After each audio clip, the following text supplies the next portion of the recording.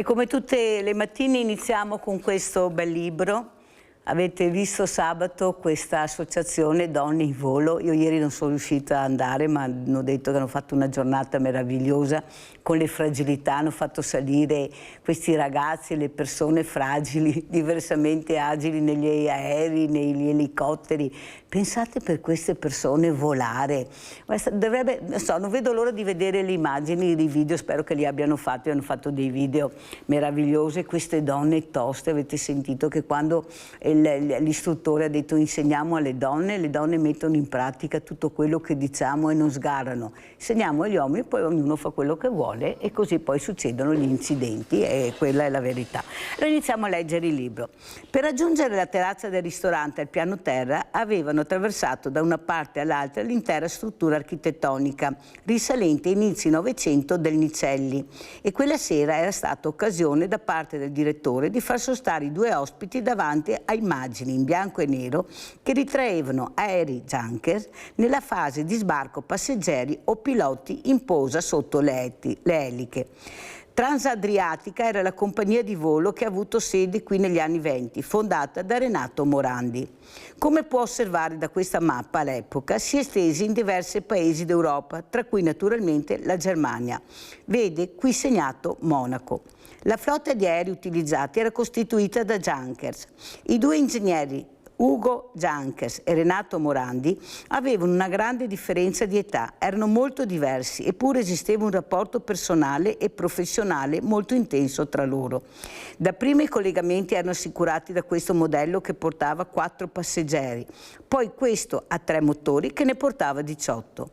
Questo Morandi, figlio di un importante imprenditore di Ancona, molto conosciuto nel settore del trasporto navale, era un uomo di grande temperamento.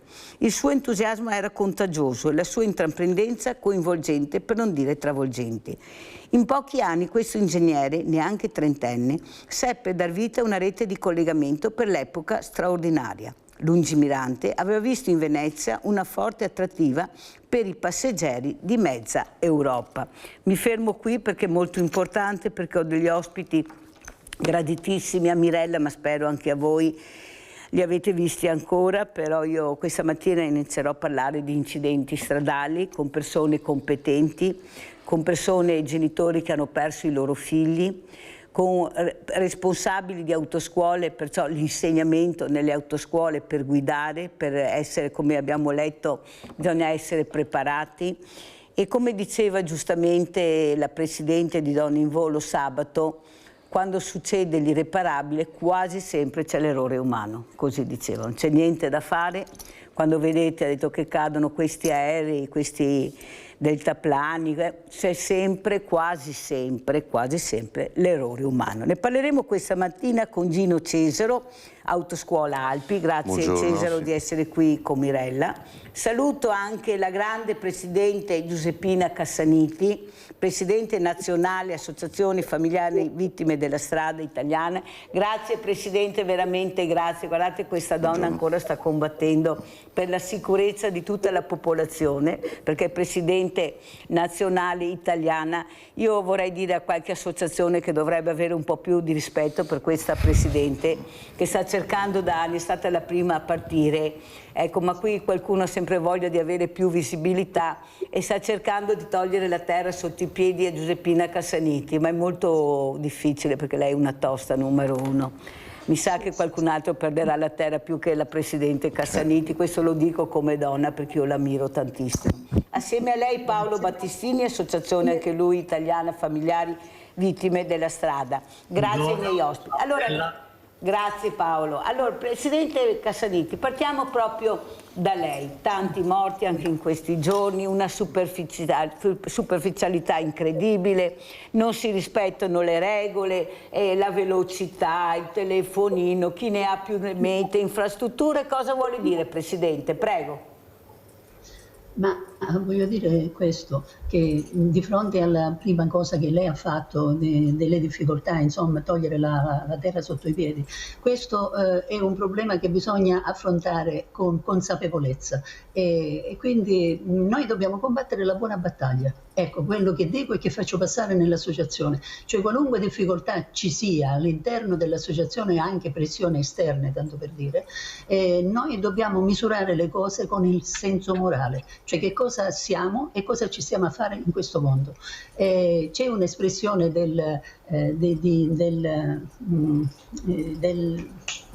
non mi ricordo adesso come si chiama, del giudice, di un giudice che è morto e ha detto che ogni volta che si piega la testa si muore, quindi ogni volta che pieghi la testa tu muori e quindi bisogna non piegare la testa, cioè bisogna compiere la scelta e questo è il carattere della nostra esistenza. Noi siamo esseri dotati di libertà e la libertà significa scegliere e noi possiamo scegliere per il bene o per il male, per la verità o per la menzogna, per la solidarietà o per l'egoismo. Quindi noi ci dobbiamo caratterizzare come esseri umani e in base alle scelte nostre si caratterizza anche l'istituzione che noi rappresentiamo, cioè la dignità di un'istituzione si misura sulla dignità della persona che la rappresenta con tutto il gruppo, in questo caso, tanto per dire nell'associazione noi abbiamo il gruppo direttivo, no? Cioè la decisione è di presidente e direttivo e quindi noi ci impegniamo molto per questo, fino a quando abbiamo vita. Ecco, perché rispondiamo della vita, perché la vita è un dono, è una realtà più grande di noi e noi non siamo i padroni della vita, siamo a servizio della vita. Ho fatto questo discorso che sembra un discorso morale, direi che è invece un discorso fondamentale, al quale sono chiamate, penso, tutte le istituzioni che gestiscono le realtà organizzate e purtroppo questo non lo riscontriamo, perché se dobbiamo vedere che la strage stradale è stagnante, significa che non si è preso in considerazione questo fatto, cioè il fatto di cosa siamo e cosa ci stiamo a fare in questo mondo.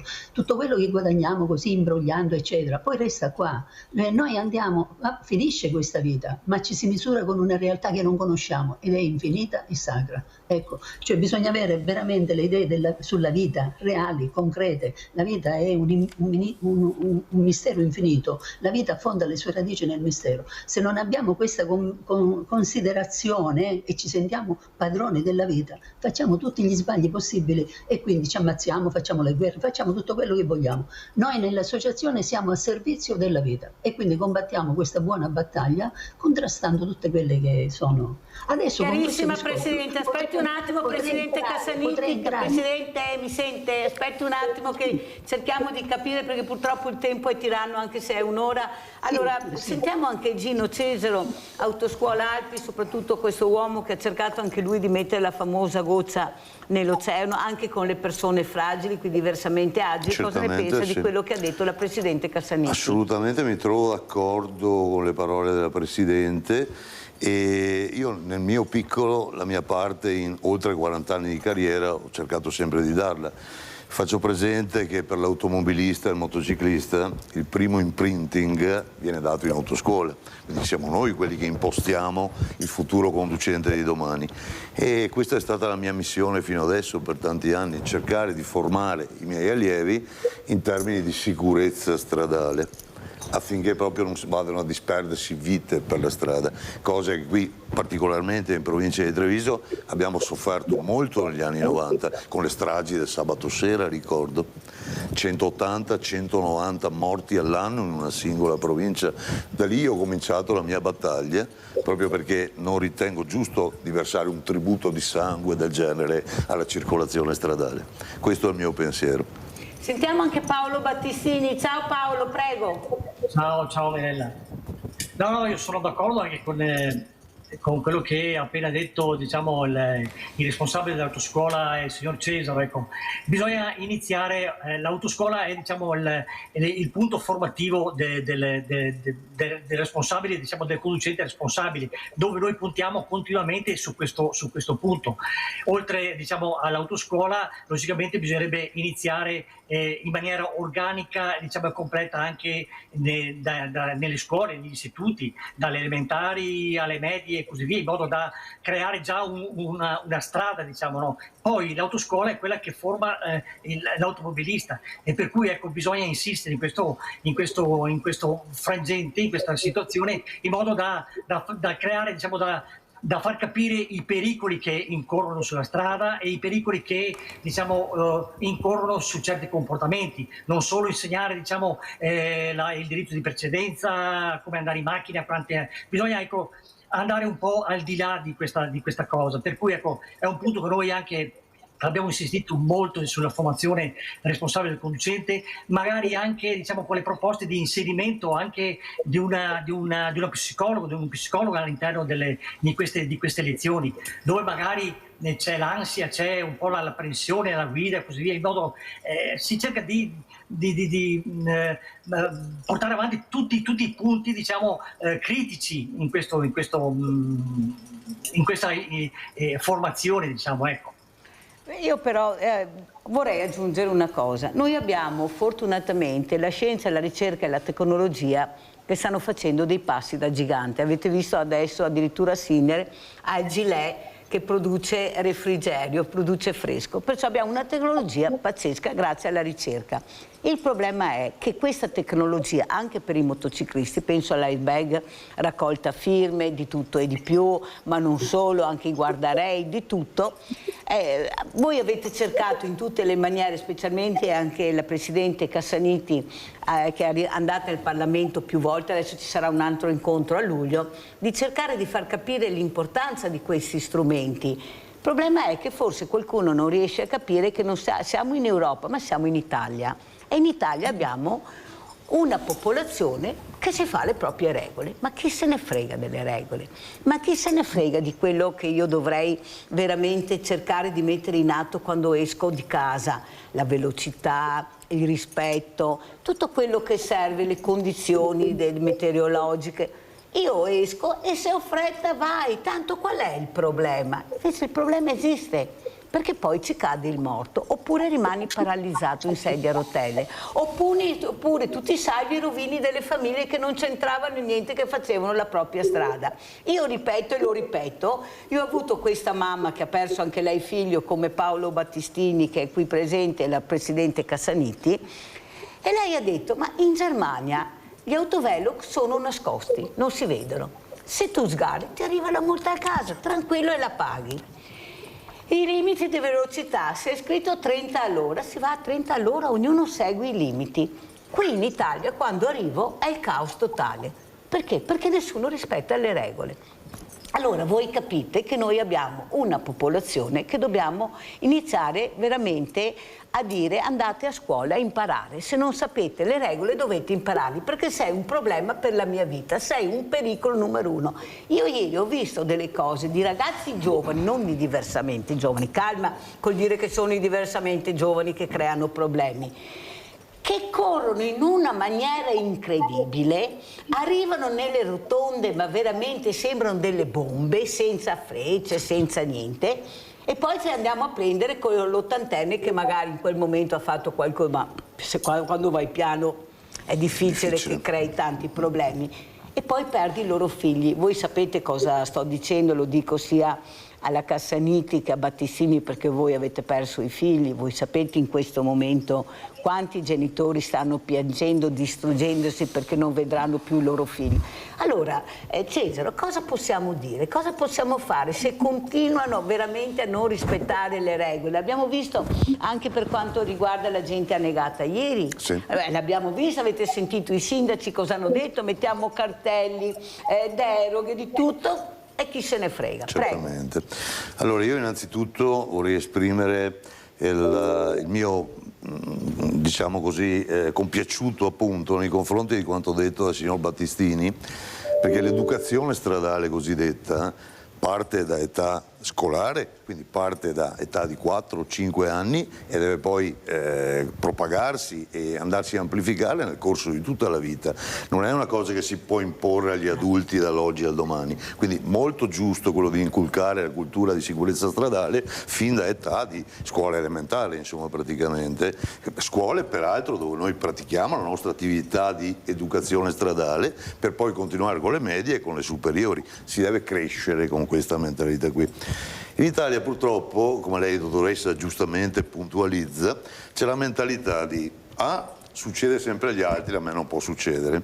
B, se c'è un limite di velocità è perché l'amministrazione locale deve far cassa e non per termini di sicurezza. Qui la differenza con la Germania, perché l'autovelox nascosto qui invece deve essere dichiarato in modo tale che uno rallenti solo in quel punto e poi riprenda a velocità folle. È una cosa che non ha senso chiaramente, perché manca la cultura di sicurezza stradale, questo è il punto. E questa è l'opinione che ho io in merito. Allora, sentiamo anche il Presidente Cassaniti, cosa vuole aggiungere a quello che ha detto? Ci sarà un altro incontro in Parlamento con tante associazioni.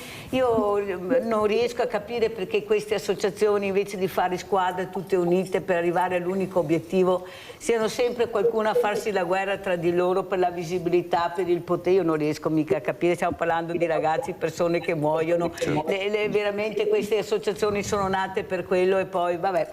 Presidente, cosa aggiunge? Prego. Voglio dire, io mi riporto sempre al discorso fondamentale: se noi non facciamo capire alle persone quello che siamo e cosa ci stiamo a fare in questo mondo, la cosa non si aggiusta, perché pensano che sono i limiti stabiliti dal codice della strada. Quei limiti sono dentro di noi e non possiamo trasgredirli, è chiaro.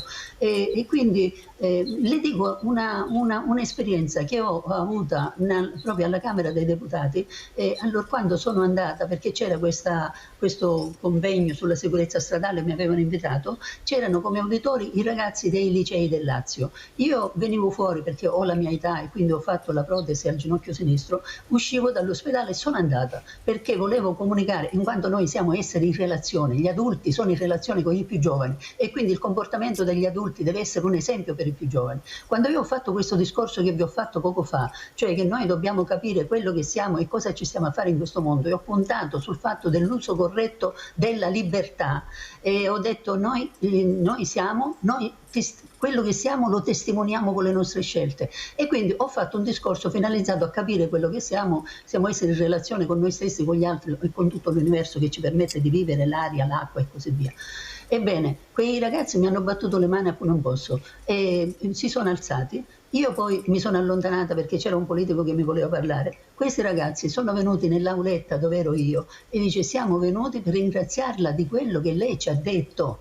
Caspita, dico, guardate, io ringrazio voi perché avete consolidato l'esperienza che io ho, che è un fatto reale. Cioè i ragazzi hanno bisogno di un orientamento, ma l'orientamento qual è quello di oggi? Di un disorientamento totale, che possono fare tutto quello che vogliono. Non è così. E quindi il discorso della scuola, della famiglia, eccetera, deve essere centrato sul fatto di conoscere quello che siamo. Ma io punto sul fatto delle istituzioni, perché la scorrettezza che c'è in ambito sociale dipende dalla scarsa attenzione, cioè dalle decisioni che prendono le istituzioni a livello centrale, perché le loro decisioni e la loro gestione opera un'azione di trascinamento a livello sociale. Cioè io dico che la superficialità che c'è a livello sociale è frutto della superficialità che c'è nelle istituzioni centrali, con la quale superficialità trattano i problemi per la soluzione dei quali problemi loro sono al Parlamento.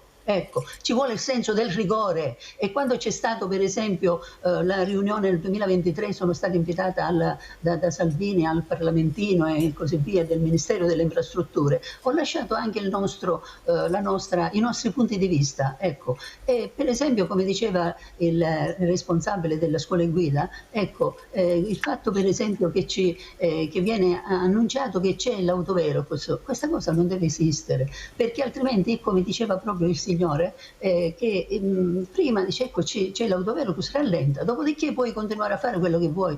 Secondo noi, appunto, avevo scritto che non ci deve essere riferimento all'autovelox. All'inizio di una città, quando si entra in una città, ci deve essere scritto strade provviste di controllo elettronico della velocità, basta. E quindi debbono sapere che c'è, ma nello stesso tempo ci debbono essere le strade che hanno tutti quegli elementi che permettono la sicurezza del cittadino, e questo dipende dai politici, da coloro che gestiscono il problema i diritti umani, ecco. E il diritto di vivere è un diritto prioritario. Se non ci fosse il diritto tutelato, il diritto di vivere, non ci sarebbero gli altri diritti, quindi è fondamentale. D'altro canto c'è un fatto che, per esempio, per il mancato diritto alla vita, allora, quando si è in un ambiente di lavoro, ecco, ci sono le sanzioni, le pene anche per il capo dell'azienda, ma quando per esempio muoiono le persone sulla strada, ecco, le istituzioni non rispondono, è come se fosse soltanto un frutto del comportamento del cittadino. Non si può prescindere dal comportamento del cittadino. Molto chiara, Presidente. Adesso devo andare al telefono, Presidente, devo andare al telefono perché sennò mi cade la linea. Abbiamo Rinaldo da Venezia, poi continuiamo. Vai Rinaldo. Rinaldo? Rinaldo non lo sento. Rinaldo se andrà a beversi il caffè come al solito, dopo ritorna. Allora, visto che Rinaldo è andato a bersi il caffè, andiamo a vedere questi incidenti che sono successi. Andiamo a Ceggia, shock per un 18enne. Venerdì gli ho mandato un messaggio perché so che aveva la maturità e mi ha detto che era andata bene, che avrebbe avuto l'orale e che insomma si stava realizzando il suo sogno perché voleva prendere il diploma per poi magari provare a fare dei concorsi, entrare nella polizia. Un sogno, quello di indossare la divisa di agente di polizia locale, che per Gabriele Sorgon, 18 anni appena, si è spezzato improvvisamente lungo la strada che collega Pordenone a Oderzo, quando all'altezza di Prata la sua moto, una Kawasaki, è entrata in collisione con un minivan Fiat guidato da una 28enne pordenonese che stava svoltando a sinistra per entrare in una stazione di servizio. Doveva essere una gita in moto con gli amici nei giorni della maturità. Si è trasformata in una tragedia con il 18enne morto praticamente sul colpo dopo un volo fatale. Inutili tentativi di rianimarlo da parte degli operatori del SUEM 118, giunti sul posto con i vigili del fuoco e i carabinieri che ora stanno procedendo inevitabilmente per omicidio stradale. Ma un conto è l'indagine, un altro lo shock di un'intera comunità, quella di Ceggia, che sta abbracciando mamma Claudia, papà Marco e il fratello maggiore Alessio, chiusi nel loro dolore in questa abitazione di Via Giotto. Sono distrutti ovviamente, non si danno pace. Come può stare un genitore con una perdita del genere? E qui tutta la famiglia, insomma, ovviamente sono aggrappati all'altro figlio. Purtroppo quando muore un ragazzo si vengono interrotti i sogni, speranze, progetti ed è una tragedia per tutti. Sui social il ricordo dell'Istituto Professionale Don Bosco di San Donà di Piave, veglia su di noi il messaggio con la foto del giovane in sella alla sua moto, un amico per tanti, Gabriele, che era pronto a diventare anche volontario di Croce Verde. Un ragazzo sano, positivo, attivo, interessato e quindi ancora di più mi sento di dire che è una grande perdita per il nostro paese. Eravamo diventati amici anche con i colleghi, col comandante, ci sentivamo, veniva a trovarci. Siamo stati alla Pagella a febbraio quando stavamo lavorando per il carnevale, si è fermato e era orgoglioso, insomma ci ha mostrato come stava andando, ci ha presentato la sua ragazza durante le votazioni che eravamo qua tante ore, è venuto a trovarci, insomma era diventato un amico, insomma. Era felice, sereno e sperava insomma di coronare il suo sogno. Tutto stava andando tutto bene, insomma, come può andare per un ragazzo di 18 anni, insomma, era veramente un bravo ragazzo. Rinaldo, che tu finito di bere il caffè? Ci sei? Sono qua. Sono qua. Boh, vai. Era cascare linea. Veloce, mi raccomando, veloce. Va bene. Tanto saluto i tuoi ospiti. E volevo dire che la questione della strada, dico tanti anni, quando ero puterni, andavamo a vedere le macchine, che ne passava 10 all'ora. Adesso il mondo si è pieno di macchine, andare per la strada non si divertirsi, bisogna che ti sia coerente, chiara, che ti sia a tempo, che ti abbia le tue precauzioni e bravura dei sorpassi, del code, di questo. Sono da sotto anche amico, un amico, siamo cascati in macchina, ho fatto male, ma perché? Perché eravamo giovani, con le vesti lo stesso, corremo come i matti. Bisogna che noi altri che abbiamo il mezzo in mano e il nostro Sandeo che da dire, sono in macchina e allora comportarmi secondo che mi permette da correre la strada. E il telefono, tanto li cavaria completamente dalle macchine. Chi che monta in macchina col telefono, niente da fare, vero cavo. Ma perché cosa ti serve il telefono in macchina? Ti lascia attento alla strada. È una guerra che la gente che è morta con incidenti, siccome è una guerra, è colpa non sei dello Stato, è colpa se degli altri che andiamo in macchina che basta che se uno da Dio che non mi piace stare da Dio finché passa e fa le sorpassi. Una volta con mio figlio passa uno che sempre fatalità non ne era fa, non ne saremo più. Grazie Rinaldo, grazie, fammi andare avanti, grazie per anche le riflessioni che ha fatto. Io non sono mica tutta d'accordo con Rinaldo, nel senso, Rinaldo, che intanto tu obblighi. Poi se tu non rispetti l'obbligo è un altro discorso, però io do l'esempio, il buon esempio come è stato, di mettere degli obblighi. Lo so anch'io che abbiamo l'obbligo di mettere le cinture di sicurezza sul sedile posteriore delle macchine e nessuno le mette, però è un problema tuo. Io l'obbligo te l'ho dato, se succede qualcosa, questi ragazzi che muoiono con le motociclette, io penso, nessuno può essere sicuro ed avere la verità in tasca, ma chi è che non dice che potrebbero anche salvarsi o essersi salvati se avessero avuto l'airbag per i motociclisti, visto che esiste, che si può? No, tu prendi la moto e ti obbligo a prendere l'airbag se vuoi la moto. Come i soldi per la moto, devi avere anche i soldi per l'airbag. Hai i soldi per l'airbag e non lo metti, perciò un altro problema ancora. Però io ti obbligo. Invece a qualcuno l'obbligo non piace, compresa l'Europa, dove sono arrivate le firme e hanno detto non è un problema nell'ordine del giorno. Allora, Cesaro, se non è un problema all'ordine del giorno questo, qual è il problema per l'Europa? La guerra, le armi? Prego. È un problema assolutamente, perché per l'utente debole, qual è il motociclista, che come purtroppo abbiamo tristemente notato è colui che è sempre la peggio in caso di incidente, un presidio di sicurezza passiva come l'airbag da indossare sarebbe fondamentale a mio avviso, tanto quanto lo è il casco, Esatto. Tanto per dire. Poi il discorso moto... detto dagli addetti ai lavori, ma questo scusate, di sicuro è da motociclista praticante da tanti anni, tra parentesi, per cui sono assolutamente d'accordo. Sarebbe un sistema di sicurezza di cui andremo dotati obbligatoriamente, dovremmo essere dotati. La Comunità Europea fa orecchio da mercante in questo senso, lo Stato italiano pure a quanto pare, però sarebbe fondamentale. Ciò non toglie che il motociclista coscienzioso dovrebbe dotarsene autonomamente, anche se non vi è l'obbligatorietà. Io questo penso, perché è veramente utile in caso di incidente. Però siamo così. Esatto. Lei dice, Mirella, chi può dire se fosse salvato o meno? È certo. La protezione della gabbia toracica che offre l'airbag è fondamentale, essa contiene organi vitali se non sbaglio e di conseguenza proteggerli è alla base, come, ripeto, il casco lo è per la testa. Sentiamo Giusy abbiamo in linea, vai Giusy, veloce, vai. Ciao Mirella, buongiorno a tutti gli ospiti. Volevo dire al signore dell'autoscuola che non avete insegnato ai conduttori di trattori che quando sono in strada, che dopo un tot di chilometri al primo spazio dovrebbero mettersi a fianco, perché non possiamo stare in coda per 15 chilometri. E in Alto Adige fanno così, quando vedono un po' di fila si mettono a fianco.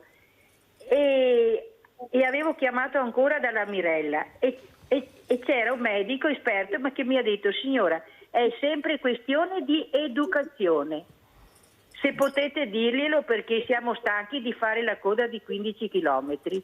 La ringrazio. A mio avviso non è che non glielo insegnano, è che non mettono in pratica le regole del gioco, ed è vero quello che dice Giusy, ma chi se ne frega della coda? Io corro e sono quasi tutti ragazzi giovani, quasi sempre alla guida, tra l'altro. Se posso, prego Cesaro. Per spezzare una lancia a favore del codice della strada italiano, spesso bistrattato, denigrato, accusato di essere antico, un testo antico. Nel codice della strada è contenuta da sempre questa norma che prevede che il conducente di veicolo lento debba fermarsi per far defluire il traffico, significa la coda che c'è dietro, quindi do ragione alla signora in pieno. Purtroppo è sempre una questione di mancato rispetto delle norme, perché come dice dottoressa Tusato, io me ne frego. Le norme valgono per gli altri ma non per me, io posso fare a meno di rispettarle. Ragazzi giovani tra l'altro anche sì, perché... Anche sì? In certi casi anche sì. Linea continua, doppia linea, ma chi se ne frega, curva contro curva, ma chi se ne frega. Allora Cassaniti, prego. Sì, il discorso è sempre quello, che bisogna organizzare, cioè ci sono nel codice... nel piano nazionale della sicurezza stradale 2030, che si rifà anche alle scelte europee, e quindi noi sappiamo... Accidenti. Si è bloccata? Sì. Segnale? Allora vediamo se riprende. Allora andiamo a vedere un altro servizio, andiamo a vedere Pedemontana, eccessi velocità, poi torniamo dalla Cassaniti. 110 km/h per le autovetture, 80 per i pullman e i furgoni leggeri, 70 per i camion e gli altri mezzi pesanti. Sono i limiti di velocità validi su tutti i 95 km della superstrada pedemontana veneta, con la raccomandazione a rallentare all'interno delle gallerie. Questo dicono i cartelli dopo ogni svincolo d'ingresso, questo ripetono i pannelli luminosi all'imbocco dei tunnel. La realtà però è ben diversa e lo può testimoniare chiunque percorra per tratti più o meno lunghi l'arteria che unisce Vicentino e Trevigiano, connettendosi con 3 autostrade. Ci mettiamo in marcia a metà mattina in direzione ovest e fissiamo la velocità al limite massimo consentito, ovvero i 110 in corsia di marcia. Costantemente la corsia di sorpasso è molto frequentata e dagli specchietti retrovisori si vedono arrivare altre vetture, in genere di grossa cilindrata, che viaggiano a un ritmo ben superiore anche a vista d'occhio. Non si tratta di manovre di sorpasso per poi rimettersi in corsia di marcia, ma di percorrenze fatte costantemente sopra il limite consentito, talvolta anche di alcune decine di chilometri orari in più.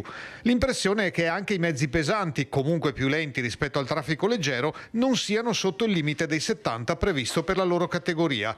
La situazione peggiora ulteriormente quando il traffico è ridotto, ovvero a inizio e fine giornata e nei fine settimana, quando i camion non possono circolare. Non esiste ad oggi alcuna postazione fissa di controllo della velocità, né un sistema come il Tutor che verifichi la velocità media. Le pattuglie della polizia stradale effettuano periodicamente degli appostamenti con le apparecchiature mobili, ma non possono controllare di continuo le migliaia di veicoli che ogni giorno percorrono la superstrada. Gli eccessi di velocità avvengono sistematicamente su tutta l'arteria e anche il consigliere regionale Carlo Cunegato di AVS, scledense come le ultime 2 vittime dell'incidente nella galleria di Malo, lancia un appello a far applicare i limiti vigenti. Nella pedemontana si corre troppo, bisogna che ci siano più controlli, bisogna che la gente corra meno, perché davvero questa è una guerra e non si può continuare a morire in questo modo. C'è un silenzio irreale negli spazi dell'oratorio dei Salesiani di Schio. Il Greste, con oltre 500 bambini e decine di animatori, si è fermato dopo la morte di Don Francesco Andreoli e Alberto Fioretto, rimasti uccisi nell'incidente di giovedì mattina nella Galleria Malo della Pedemontana. L'idea è proprio quella di continuare a portare avanti con lo stesso entusiasmo, con la stessa voglia di fare tutto bene, con energia, come ha sempre fatto Don Francesco, come ha insegnato agli animatori, a tutti noi, come è stato ad esempio, e quindi di portare avanti le attività che erano state programmate davvero con la stessa energia, lo stesso entusiasmo, e anche per la responsabilità che sentiamo come salesiani, ecco, di lanciare il messaggio che Don Francesco è risorto, è nel paradiso e da lassù ci guarda, fa il tifo per noi.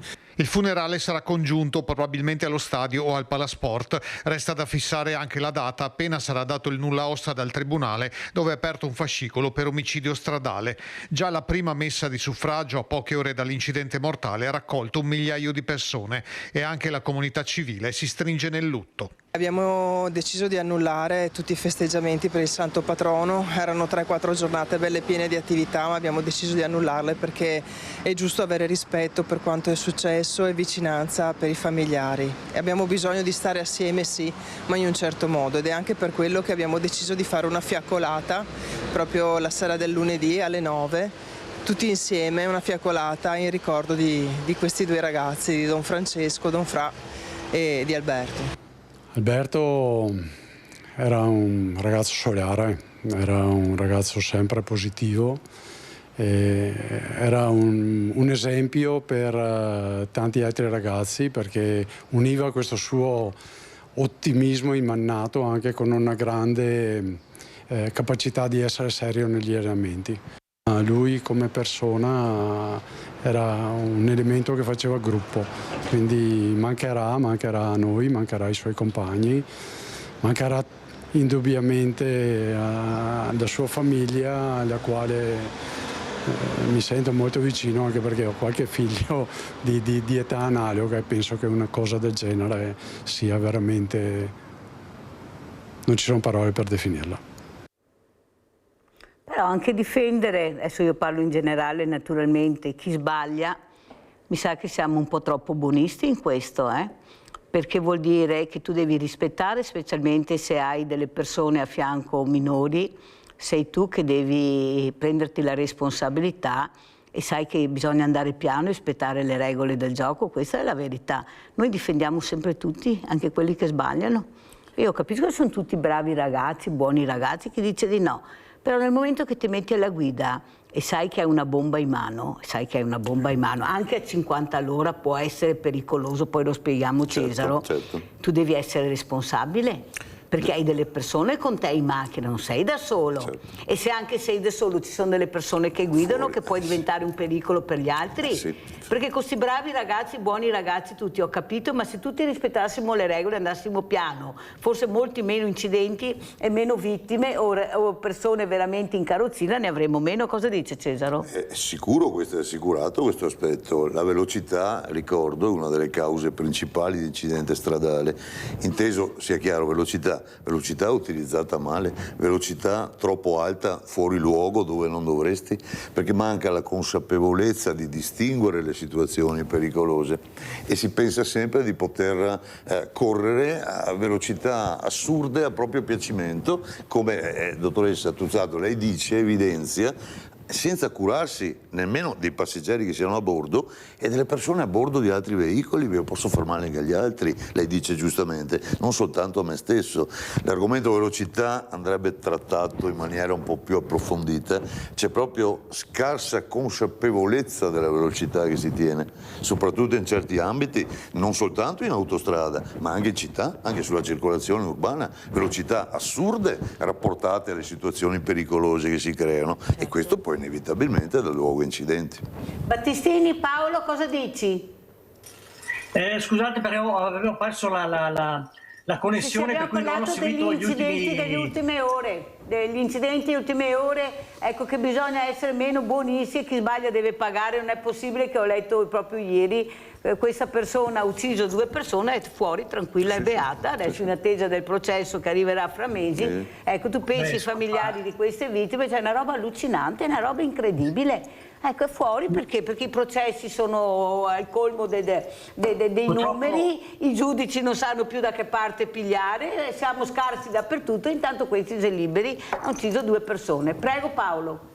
Sì, appunto il sistema della giustizia purtroppo fa un po' da tutte le parti, lungaggini dei processi, quant'altro, vengono messi agli arresti domiciliari, purtroppo è così, è un tarlo che dà da sconfiggere.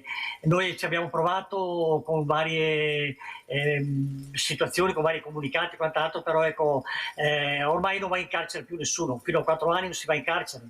Le pene, nonostante l'omicidio stradale abbiano aumentato le pene, purtroppo con i sconti di pena, con i riti abbreviati e quant'altro vengono annullate. Purtroppo anche da parte dei giudici c'è un certo buonismo in questo senso, persone che purtroppo si mettono alla guida ubriache, drogate o con sorpassi azzardati che sanno perfettamente che stanno facendo una manovra pericolosa, una trasgressione, diciamo, al codice della strada, e purtroppo ecco, le pene sono irrisorie in questo senso, ecco.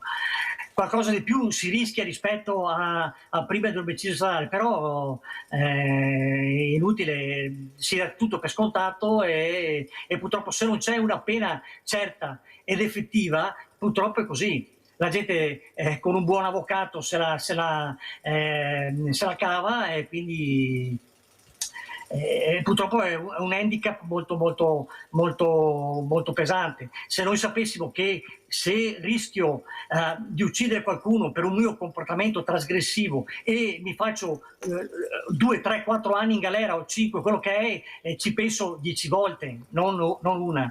Per mettermi alla guida dopo aver assunto sostanze alcoliche o qualcos'altro, diciamo, ecco. Purtroppo è così.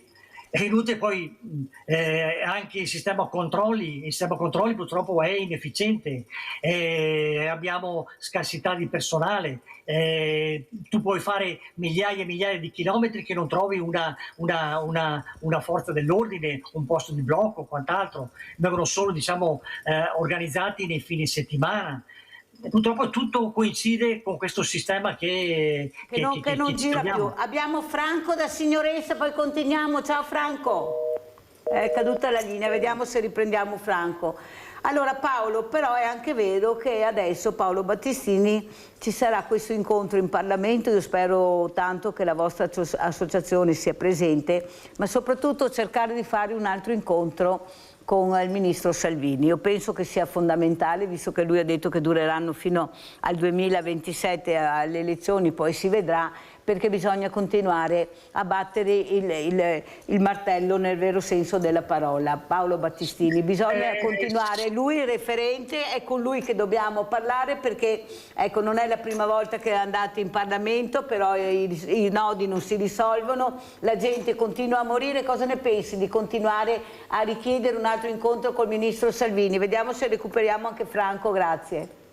Purtroppo ecco, è stata fatta anche una mini riforma del codice della strada nel 2024, ha introdotto alcune norme, alcuni aggiornamenti, però non basta.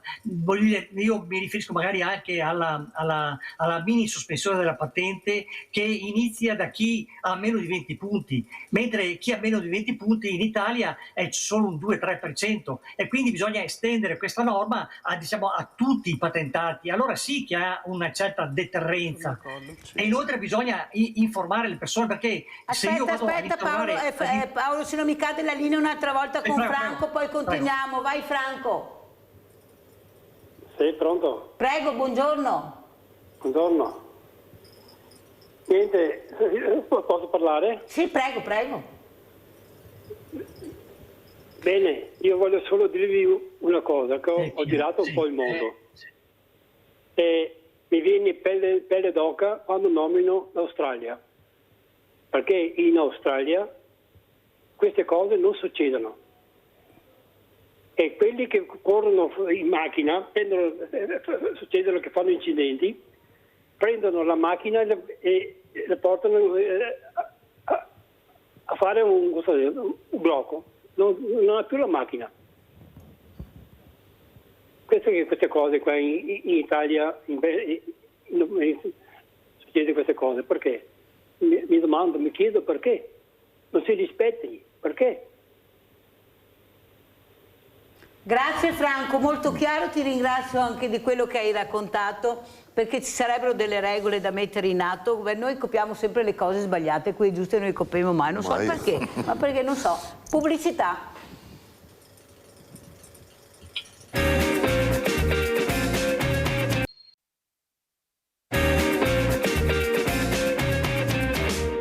Siamo con Giuseppina Cassaniti, Presidente italiana Familiari Vittime della Strada. Presidente, allora cosa aggiunge? Si è ricollegata? Prego Presidente. Dunque, dicevo questo, che è necessario che ci sia le strade in sicurezza, e ci vogliono anche tutti quegli elementi che permettano che si osservino le regole, e quindi ci vuole la formazione fondamentale, ma ci vogliono anche i controlli. E però prima dei controlli bisogna fare, coloro che sono i responsabili, che hanno la responsabilità della sicurezza delle strade, debbono fare in modo che le strade siano costruite e mantenute in sicurezza. Per esempio il fatto di Bitoggia, che quella ragazza è caduta nelle cose, non c'era la struttura di contenimento, a parte il fatto del dissesto della pavimentazione che incide anche sulla marcia del veicolo, insomma queste cose non possono più succedere, e quindi noi abbiamo mandato delle comunicazioni ai sindaci, guardi, ne abbiamo mandato una mi pare nel 2020, l'altra nel 2024, al sindaco di San Donato di Piave, avvocato Alberto Teso, al sindaco di Ceggia, dottor Mirko Marin, e anche al prefetto di Venezia, perché tutti hanno il compito di garantire e tutelare la vita umana, la collettività. E quindi le cose che noi abbiamo detto sono cose secondo me sacrosante, cioè che debbono porre attenzione al territorio e fare in modo che le criticità che ci sono vengano risolte,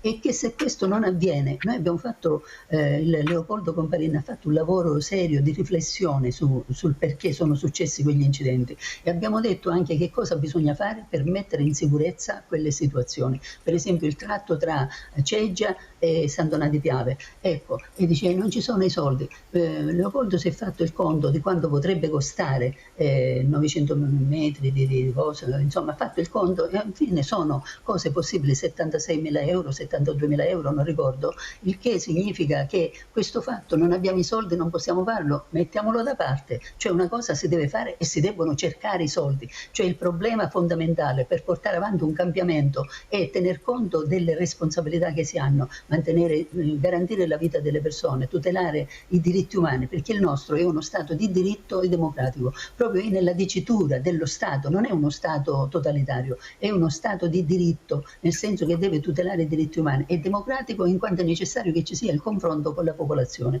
in questo caso con il privato sociale. Noi costituiamo il privato sociale, il nostro compito è sensibilizzare e fare proposte. Le proposte le abbiamo fatte, ma nello stesso tempo vogliamo essere di sostegno alle istituzioni. Noi dobbiamo collaborare con le istituzioni, perché? Perché vengano garantiti i diritti umani. Noi siamo noi persone, e non può sapere, dottoressa Tuzzato, quanti problemi ci sono nell'ambito dei codici, eccetera, che non è vero che la giustizia è uguale per tutti, cioè sono i delinquenti, coloro che delinquono, sono tutelati, nel senso che per esempio possono anche, uno che ha compiuto un reato può anche, come si dice, utilizzare la possibilità di non rispondere.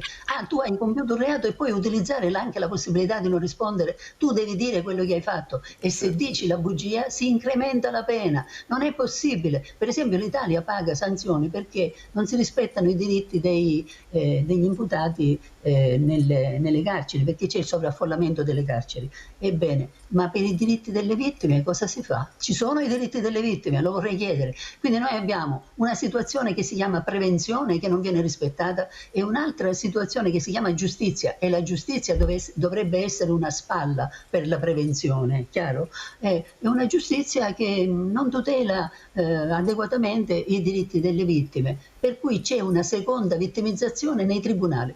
Le cose che dobbiamo fare è che il nostro punto di vista lo dobbiamo diffondere, e quindi noi dobbiamo fare adesso le iniziative, proprio, e Paolo Battistini lo sa, che dobbiamo fare un grosso convegno sulla prevenzione per impostare come secondo noi, che siamo noi le vittime, noi siamo, dobbiamo avere parola. Presidente Cassaniti, non è il caso di... Presidente, mi sente? Sulla giustizia, ecco, questo vi voglio dire. Presidente, mi sente? Non è il caso di fare un passaggio ulteriore, con tutto il rispetto che ho anche per questo passaggio in Parlamento, delle associazioni, voi come Associazione Italiana Familiari Vittime della Strada col Ministro Salvini, e invitarlo a questo convegno in maniera che ci sia un confronto tra le parti, invitando anche le autoscuole, cercando di far capire al Ministro che bisogna dare veramente delle risposte di obbligatorietà importanti in questo momento, se no continueremo a parlare di morti, di vittime, di gente paralizzata. Cosa dice di fare un passaggio ulteriore col Ministro Salvini? Prego, Presidente. Ma col Ministro Salvini ci abbiamo pure parlato, l'ho detto inizialmente nel 2023. Il problema a me sono passati 3 anni, Presidente. A me sembra, ma noi possiamo fare tutte le critiche giuste per dare, non per criticare, ma per far capire che determinate cose, ci si deve spogliare di determinate cose, ci deve essere un processo di cambiamento nel modo di gestire un ruolo e di garantire come si dice, gli obiettivi che abbiamo, diciamo, ecco, queste cose sì, li dobbiamo fare. Perché attualmente riscontriamo che c'è un gap, cioè una distanza tra ciò che viene detto e ciò che viene fatto. Noi vogliamo che le cose che vengono dette debbano essere realizzate. Allora, quando per esempio si è detto che non c'era, che bisognava omologare gli autovelox, no? Ecco, ma cosa ci vuole per rendere funzionale questa cosa? Avevamo detto allora, e anche l'ANCI, l'Associazione Nazionale Comuni Italiani, diceva che bisognava vedere se possono essere, come si dice, riconosciuti, non mi ricordo adesso come si dice, o omologati, cioè non mi ricordo l'espressione che indicava l'ANCI, che era la stessa espressione che indicavamo noi. Ecco. Però ecco, si trascinano, i problemi si trascinano e non si risolvono, ecco, questo è. E quindi se gli elementi sono uomo, strada e veicolo, anche il veicolo ha tante possibilità di aiutare il conducente a superare la trasgressione che stava facendo. Devo interrompere perché devo andare da Paolo Battistini, perché sennò il tempo ormai è scaduto. Allora Paolo Battistini, cosa ne pensi di cercare di fare un ulteriore incontro col ministro Salvini, visto che viene anche qua, dovrebbe arrivare in Veneto, ma io c'è un paio di distanze perché c'è una marete in mezzo. Vabbè, comunque, ecco, di cercare di far capire al ministro di organizzare magari anche questo convegno. Paolo Battistini, voi come l'associazione, diciamo, apripista per un convegno importante dove lui si può confrontare con voi, con le autoscuole, con tutti gli addetti ai lavori, però con gli addetti ai lavori, no, con i politici che tira fuori sempre l'asso dalla tasca e non sa neanche delle cose che parla, molti, non tutti, cioè proprio con persone competenti che sanno fare delle proposte veramente importanti. Prego Battistini. No, è assolutamente importante parlare con le istituzioni, invitarli a un tavolo, anche perché voglio dire la strage continua e entro il 2030 dovremo dimezzare le vittime. Purtroppo con questo trend non ce la faremo mai. Il problema è che devono ascoltarci. Noi nella precedente, diciamo, modifica della codice della strada abbiamo, come diceva la Presidente Cassaniti, abbiamo presentato le nostre proposte, però ecco, fatto sta che restano carta morta, carta lì nel cassetto. E quindi devono un po' valutare queste proposte, perché siamo noi che abbiamo provato realmente sulla propria pelle, diciamo, dove sono le criticità, e per cui devono ascoltarci. Dopo logicamente intervengono le lobby, intervengono il business, diciamo, degli alcolici e quant'altro, e purtroppo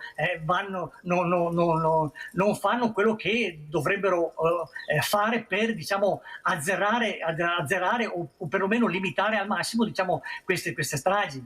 Sì, anche perché l'Europa dice 0 vittime nel 2050, voi invece dite 0 vittime nel 2030, o sbaglio Battistini? Sì, è la nostra proposta a livello locale, nelle nostre località, nei nostri territori dove esistono le nostre sedi, di incentivare questo aspetto attraverso le istituzioni in quanto anni inventare e, diciamo, cercare di dimezzare, di azzerare le vittime entro il 2030. Però purtroppo in certe località, in certe città questo si sta anche già facendo e l'hanno anche raggiunto, però resta un fatto diciamo locale. Il problema è che bisogna estendere questa possibilità. Purtroppo nel Veneto in questi giorni lei sa benissimo Mirella che abbiamo avuto una carneficina con varie dinamiche e varie situazioni, e purtroppo non ci riesce, non riusciamo, ecco, a questo intento. Noi ce la mettiamo tutta quarta, però ecco, il problema è che le istituzioni dovrebbero ascoltarci. I tavoli tecnici che vengono fatti a livello provinciale, regionale, dovete chiedere degli incontri, Paolo. Avete il coltello dalla parte del manico adesso, ci sono elezioni prossimamente. Voi dovete battere il chiodo adesso, dovete battere, perché adesso che devono ascoltare, no dopo. E dopo sappiamo come va a finire, devono dare le risposte prima, per fare prevenzione, non dopo, perché dopo non basta. Allora andiamo a vedere anche questo mortale auto nel Sile Jesolo, andiamo a vedere per confortare anche quello che ha detto Paolo Battistini.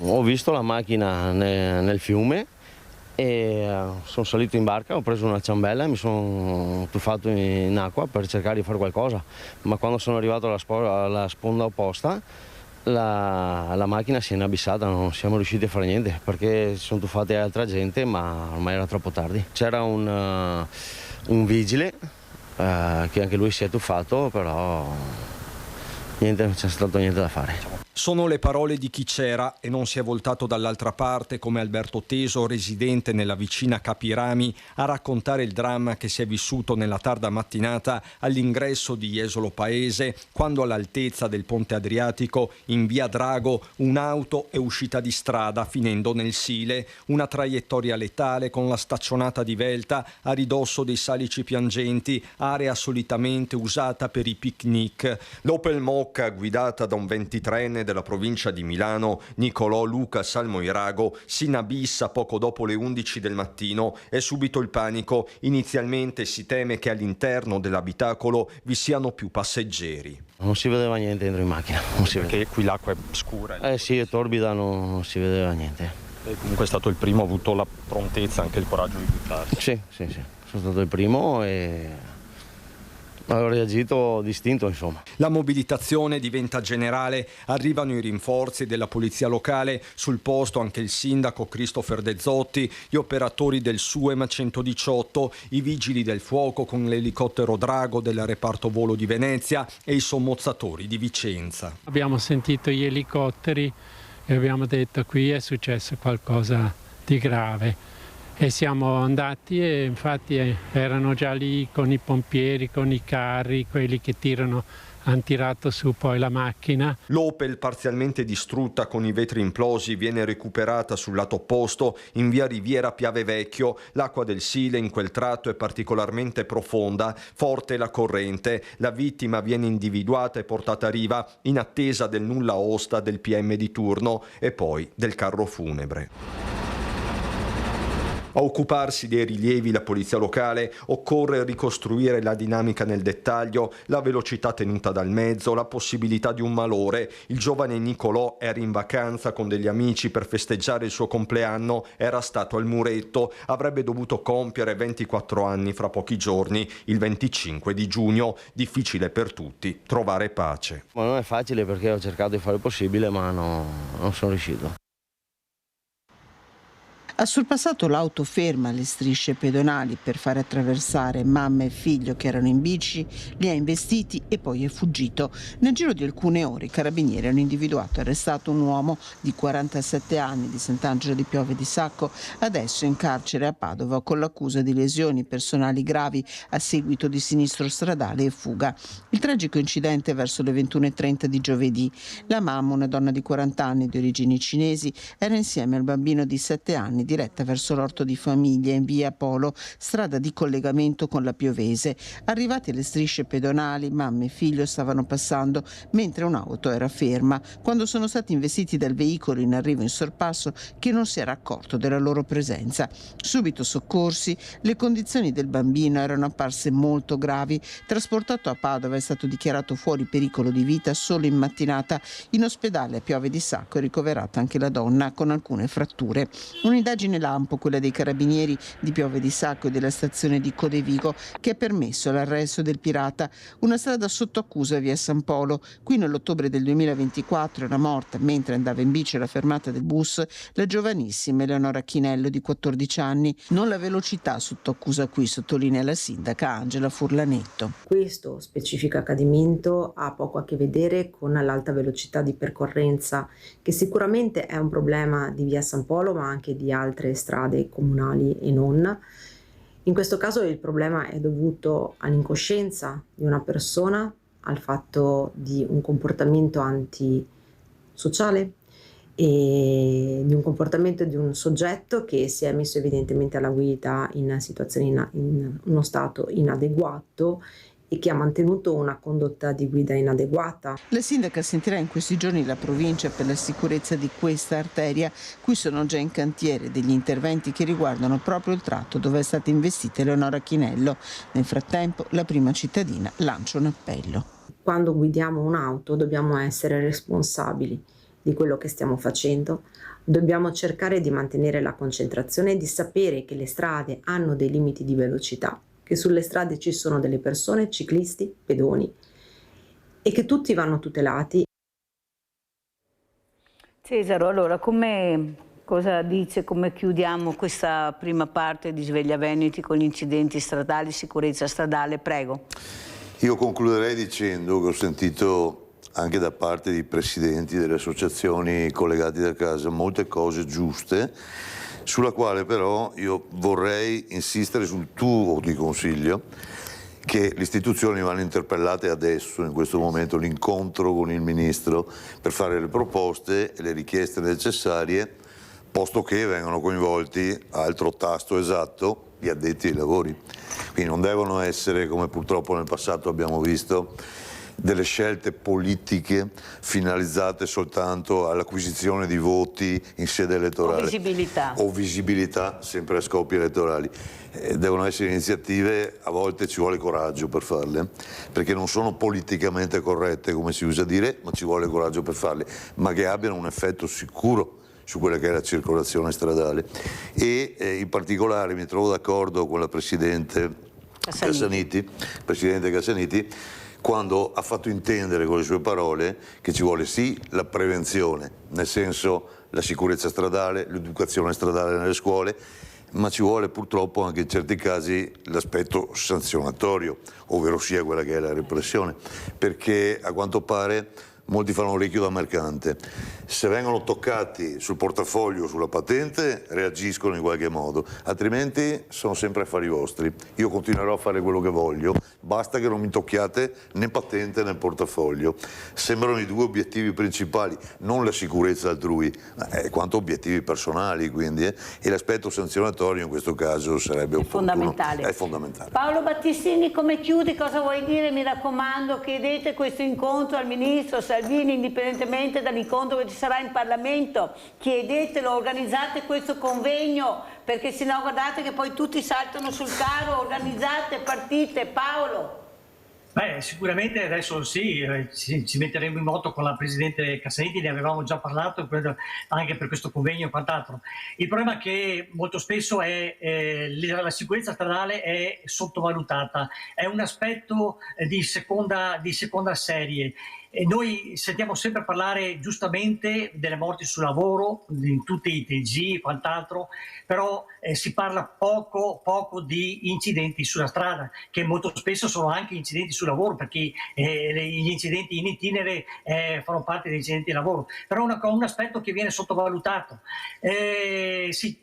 non si dà la massima attenzione, sembrano che siano cose che devono capitare in qualsiasi caso, si parla ancora di destino, di fatalità, e purtroppo non è così, bisogna cambiare questa mentalità da parte nostra, da parte di tutti quanti, soprattutto da parte di politici che devono attenzionare il problema, perché porta via 3.000 persone all'anno, porta via 200.000 feriti all'anno, di cui 16-17.000 che rimarranno per sempre invalidi, e quindi è un problema è un problema sociale, è un problema di pubblica sicurezza, è un problema sociale, perché anche dal lato economico ha una spesa molto notevole.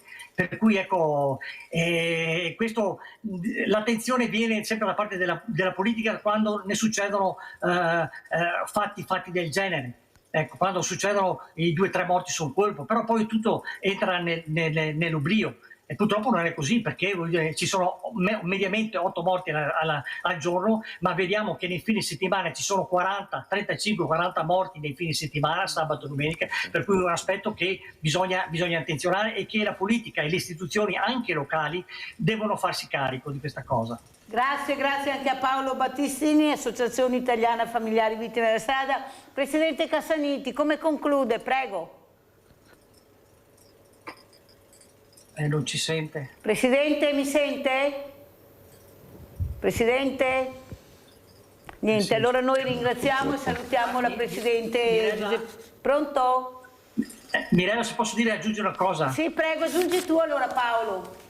Ecco, siccome io nell'ambito a Cittadella, in provincia di Padova, collaboriamo con le autoscuole e andiamo in tutti gli istituti scolastici dove ci sono delle lezioni singole, da parte delle autoscuole, da parte del SERD, poi c'è una parte nostra con la polizia stradale e quant'altro, per cui ecco, anche a livello, diciamo, delle autoscuole noi offriamo la nostra collaborazione in tutti i sensi. Se possiamo creare anche qualcosa, diciamo, a livello di Treviso, dove è già stata fatta questa cosa, ecco, è molto importante inserire magari una testimonianza anche a livello di una lezione all'interno di Paolo, ecco, se mi autorizzerà Cesaro, passerò il numero a Paolo Battistini del nostro Gino Cesaro dell'autoscuola Alpi. Molto volentieri, io mi rendo... che così vi parlate, certo, e vediamo. Presidente, io mi rendo disponibile fin da subito se l'iniziativa potesse riguardare anche la provincia di Treviso, e quindi ho molto piacere di questa sua offerta. Grazie anche a Paolo Battistini, mi dispiace, ma capite, grazie Paolo, mi dispiace, la Presidente Cassaniti da Messina non riesce più a collegarsi,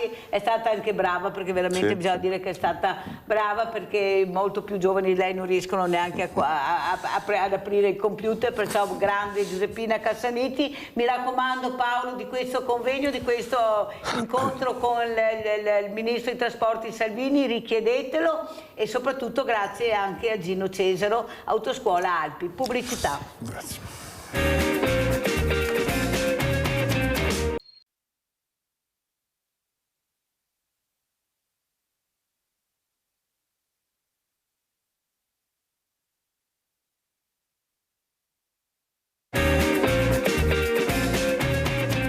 Ringrazio e saluto veramente l'avvocato Pierluigi Riondato, che parleremo anche di situazioni molto fragili, di educazione ai minori, di rispettare le regole, ma non solo i minori, ma prima abbiamo parlato di maggiorenni, adesso vorrei parlare di minorenni. E saluto anche Joachim Thomas, che è un fotografo, vedremo anche delle immagini molto belle, delle foto realizzate da Joachim Thomas. Allora, avvocato Pierluigi Riondato, la famiglia nel bosco, le ragazze che scappano dalle comunità, tranquillamente beate.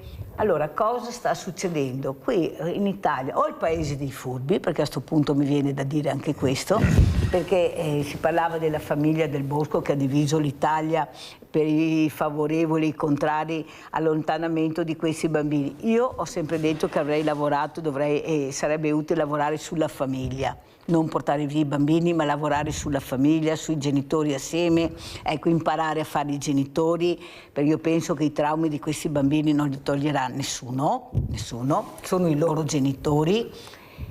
Però poi c'è anche questa possibilità di queste strutture molto all'avanguardia, dicono molto tutelate, non tutte per fortuna, però io vorrei parlare di quello che non funziona, che sono e questi ragazzi scappano. Prego, avvocato Riondato. È il sociale che ci ha invaso tutti. Per sociale però bisogna intendere quello che tutti ritengono sia del sociale. Però certo che lo Stato, il servizio sanitario poi per primo, perché è il primo incaricato, si prendono cura di persone che hanno delle dipendenze di solito. Se parliamo di minorenni, perché di solito sono i minorenni interessati a queste realtà, e lo Stato prevede che chi soffre di alcune dipendenze o chi è stato condannato, le dipendenze sappiamo che sono principalmente alcol e droga. Su questo non ci cade nulla. Allora vengono considerati dei ragazzotti che fanno quello che vogliono, non hanno il controllo su quello che dovrebbero fare, e allora li mettono nelle varie comunità. Sappiamo che in Italia ci sono comunità di tutti i tipi, le comunità terapeutiche che sovvengono a questi ragazzi che sono caduti in determinati strausi e abusi, e quindi entrano, per esempio, chi vuole superare, perché attenzione che in comunità si entra volontariamente, ci sono solo pochissimi casi in cui hai l'obbligo di entrare, o perché te lo dice il tribunale di sorveglianza su ricorso dei genitori o di qualcuno, e quindi solo la persona che vuole redimersi è il termine abusato, e cioè che vuole tornare alla vita normale, a reinserirsi nella società, a cessare un uso smodato di alcol, di sostanze stupefacenti, e lo Stato subentra solo quando capisce che tu saresti un pericolo per gli altri oltre che per te. Ecco il sociale che subentra, perché dice un interesse mio, un interesse della comunità. E purtroppo le regole che vengono date sono in mano ad operatori che solitamente se ne intendono di psicologia, se ne intendono, possono fare delle valutazioni sui casi e aiutare chi è in questa situazione e quindi farli uscire, se possibile, reinserirli nella loro famiglia. Ma sono le regole il problema, perché una comunità deve avere le regole. E ecco, ci sono molti che vengono poi dagli avvocati, genitori o figli, che dicono: ma è impossibile, una cosa impossibile questo, gli operatori non fanno questo, non fanno quello. Ho un caso di 2 ragazze, sorelle, che sono in una comunità, una ha 18 anni e una ne ha meno, non facciamo né nomi, tanto meno cognomi, e questo dicono i genitori, escono, tornano alle 4 del mattino. 4 del mattino. La più sveglia, 18 anni, si veste come si veste, ma se va per strada ha contatti con l'estraneo, con gli adulti estranei alla comunità, naturalmente, sono in piena libertà. Quindi cosa possono fare questi? Ma possono uscire? Cioè, della comunità di cui io parlo, ma ne ho in varie comunità, è sopportato che uno se ne vada, che offenda gli operatori, che offenda per telefono persino i genitori. State ascoltando a casa? Ma state questa ascoltando realtà cosa sta raccontando l'avvocato? Ma io ho firme... Paola da Campo San Piero, vai Paola! Ciao Mirella. Ciao. Buonasera. Senti, adesso faccio un'errata corris che ho sbagliato l'altro giorno quando ho telefonato, era la Nuova Zelanda, non l'Australia. Ok, che è un po' più piccola dell'Australia. Prima ho telefonato quando si parlava ancora, preso la linea quando si parlava ancora di strade e i minori. E il bambino di 18 mesi dimenticato in macchina, ecco, che magari c'è una persona che penso sia una cosa più psicologica, se non è proprio... Alza un po' il volume Paola, perché sennò non ti sentiamo. Sì, penso che sia una cosa più psicologica che dimenticarsi il bambino in macchina di 18 ore. Grazie Paola, grazie, molto chiara, è vero, non solo un caso, diversi casi anche questa settimana. Allora conosciamo anche Joachim Thomas, fotografo, vediamo anche le immagini delle opere che fa questo bravissimo fotografo, vediamo le foto. Prego Thomas, so che lei voleva intervenire anche prima, infatti fuori onda si parlava appunto di questi incidenti stradali, voleva aggiungere qualcosa per tornare poi? Ma semplicemente sono stato vittima anch'io 4 anni fa, mi sono fatto 2 mesi e mezzo di ospedale, ero a bordo di una macchina appunto in cui non hanno rispettato proprio rigorosamente le regole. Vabbè. Finiamo qui e magari cambiamo. Sulla sua pelle cosa vuol dire non rispettare le regole e le conseguenze. Il guidatore della sua macchina o controparte? No, beh, comunque la controparte aveva la colpa, però diciamo che... Ma lei come trasportato deve essersela cavata bene economicamente. Allora, vediamo le opere adesso di Joachim Thomas, vediamo le foto. Qui cosa stiamo vedendo, Joachim? Questa qua è una foto che è stata utilizzata l'anno scorso in una mostra in cui c'erano una dozzina di artiste, donne brasiliane e italiane. La mostra era sulla violenza di genere, quindi erano 6 pittrici e 6 fotografe, organizzato anche dal Ministero della Cultura brasiliano, e avevano scelto quell'opera abbastanza rappresentativa dell'imbavagliamento della donna, anche se sembrava... quella successiva invece sarà una che sarà in mostra adesso, tra cui ci saranno alcune delle fotografie anche brasiliane. Queste sono state esposte in Casa Carraresi qualche anno fa, sono degli scorci di Asolo fatti in seppia.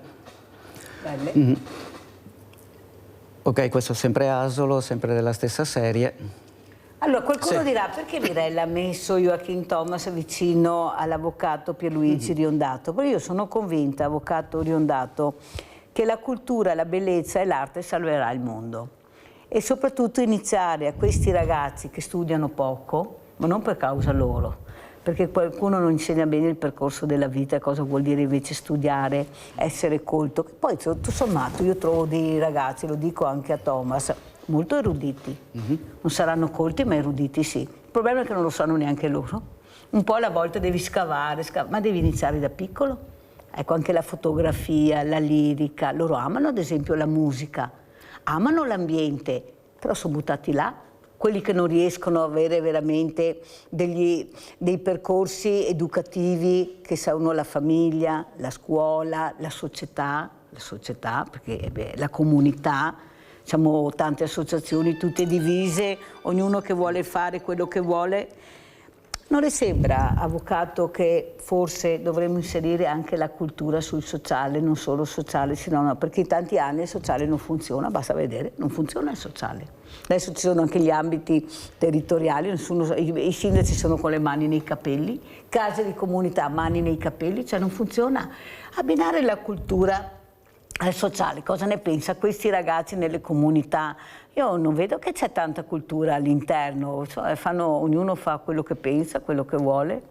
Ma certamente che prima deve venire la cultura, perché dalla cultura che nasce tutto, nasce la comprensione, nasce che ti informi, che sai, che studi, ma è vero che abbiamo dei ragazzi però che sono mezzi fenomeni, ma sono i fenomeni del telefonino. Anche a scuola, vanno a scuola e risolvono i problemi guardando il telefonino. Io dico, sarà una bella cosa, ma tu in questo modo rispondi al professore che ti dà dei compiti, ma hai dimenticato completamente tutto se non lo inquadri in un discorso logico, in un discorso che colleghi bellezza, che colleghi l'arte. Ma è chiaro. Perché nei nostri licei una volta si insegnava storia dell'arte? Adesso ci sono facoltà, ma dovrebbe essere a tutti estesa questo gusto della cultura che ti fa capire le persone, ti fa capire tutto. Volevo fare una precisazione, prima ho parlato di comunità eccetera, non tutte fanno le cose che io, chiaramente, ma no, perché se no non ci capiamo, ma dobbiamo capire che si scappano dalla comunità perché non sono abituati a rispettare le regole, e la cultura è questa una regola. Devi insegnare, devi apprendere a scuola, devi essere qualcuno, devi studiare. Invece purtroppo sappiamo che come funziona? La colpa la danno i professori, che non è vero, i professori un po' ce l'hanno con mio figlio non meritava di ripetere l'anno. I professori credo che abbiano, superando esami e studi, abbiano la loro capacità, e quindi che siano proprio i ragazzi che sono deficitari di nozioni, di scienza, perché poi la scienza è tutto. Siamo governati dalla scienza. Io sono convinta anche, devo correre perché sapete che il tempo è tiranno. Posso aggiungere una cosa velocissima? Volevo solo agganciare una cosa.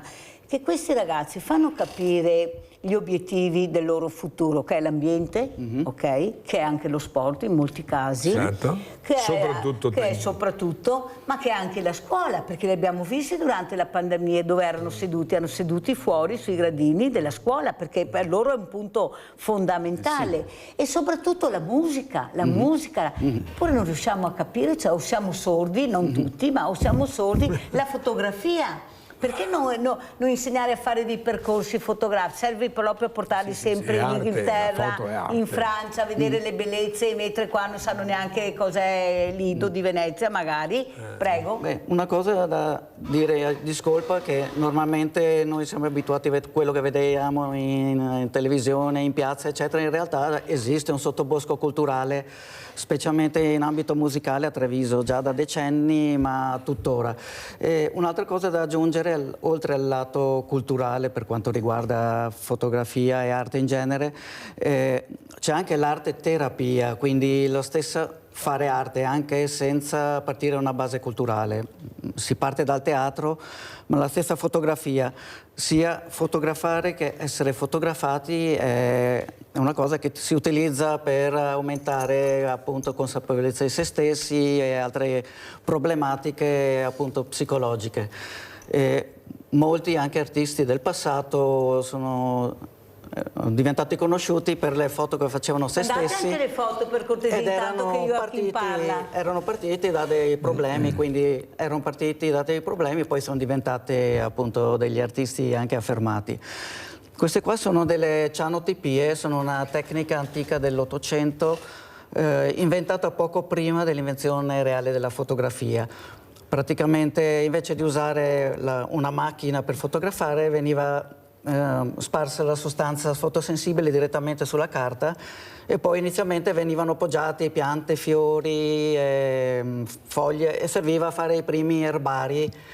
Fra l'altro questa è la prima volta che la sento, sì, veramente la la ringrazio. prima fotografa al mondo prima della fotografia, le cianotipie, è stata una donna che ha fatto un erbario tutto con questa tecnica. Fatalità, Joachim, fatalità, una donna. Nadia da Treviso, poi continuiamo, vai Nadia. Ciao Mirella, buongiorno ai tuoi ospiti.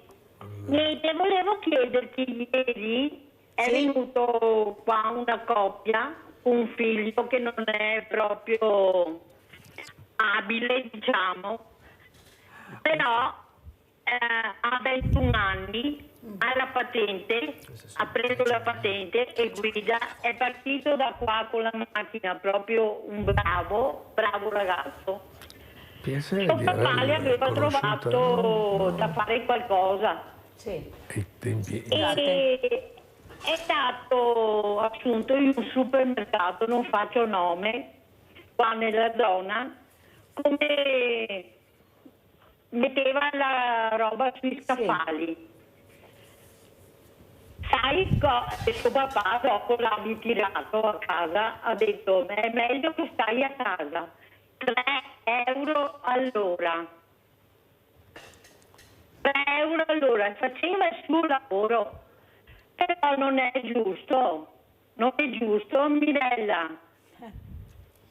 Guarda, ne ha parlato l'altra sera, non so se l'hai visto a Focus, proprio Morena Martini, che c'erano i genitori di 2 ragazzi diversamente agili, Raffaella Buzioli e Bernardino Benedetti, la quale, proprio Morena Martini, che è in regione e si occupa di politiche giovanili, che questi ragazzi vengono pagati, quelli che lavorano all'interno di certe strutture rieducative, così dicono, 2 euro l'ora.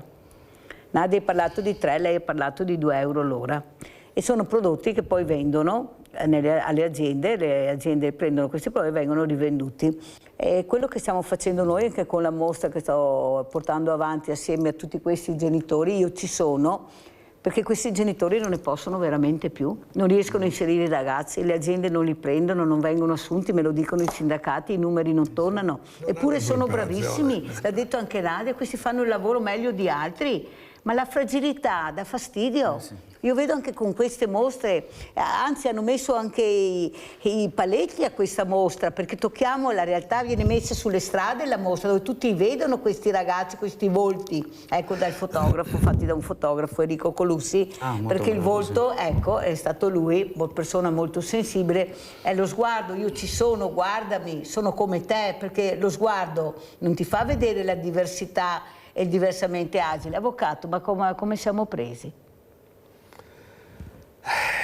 Guardi, se parliamo del sociale ci lamentiamo in genere, poi gli operatori sono un po' l'obiettivo di chi manda i figli perché si curino, perché tornino migliori, eccetera, ma gli operatori dovrebbero avere tutti la preparazione che hanno i migliori dei loro colleghi.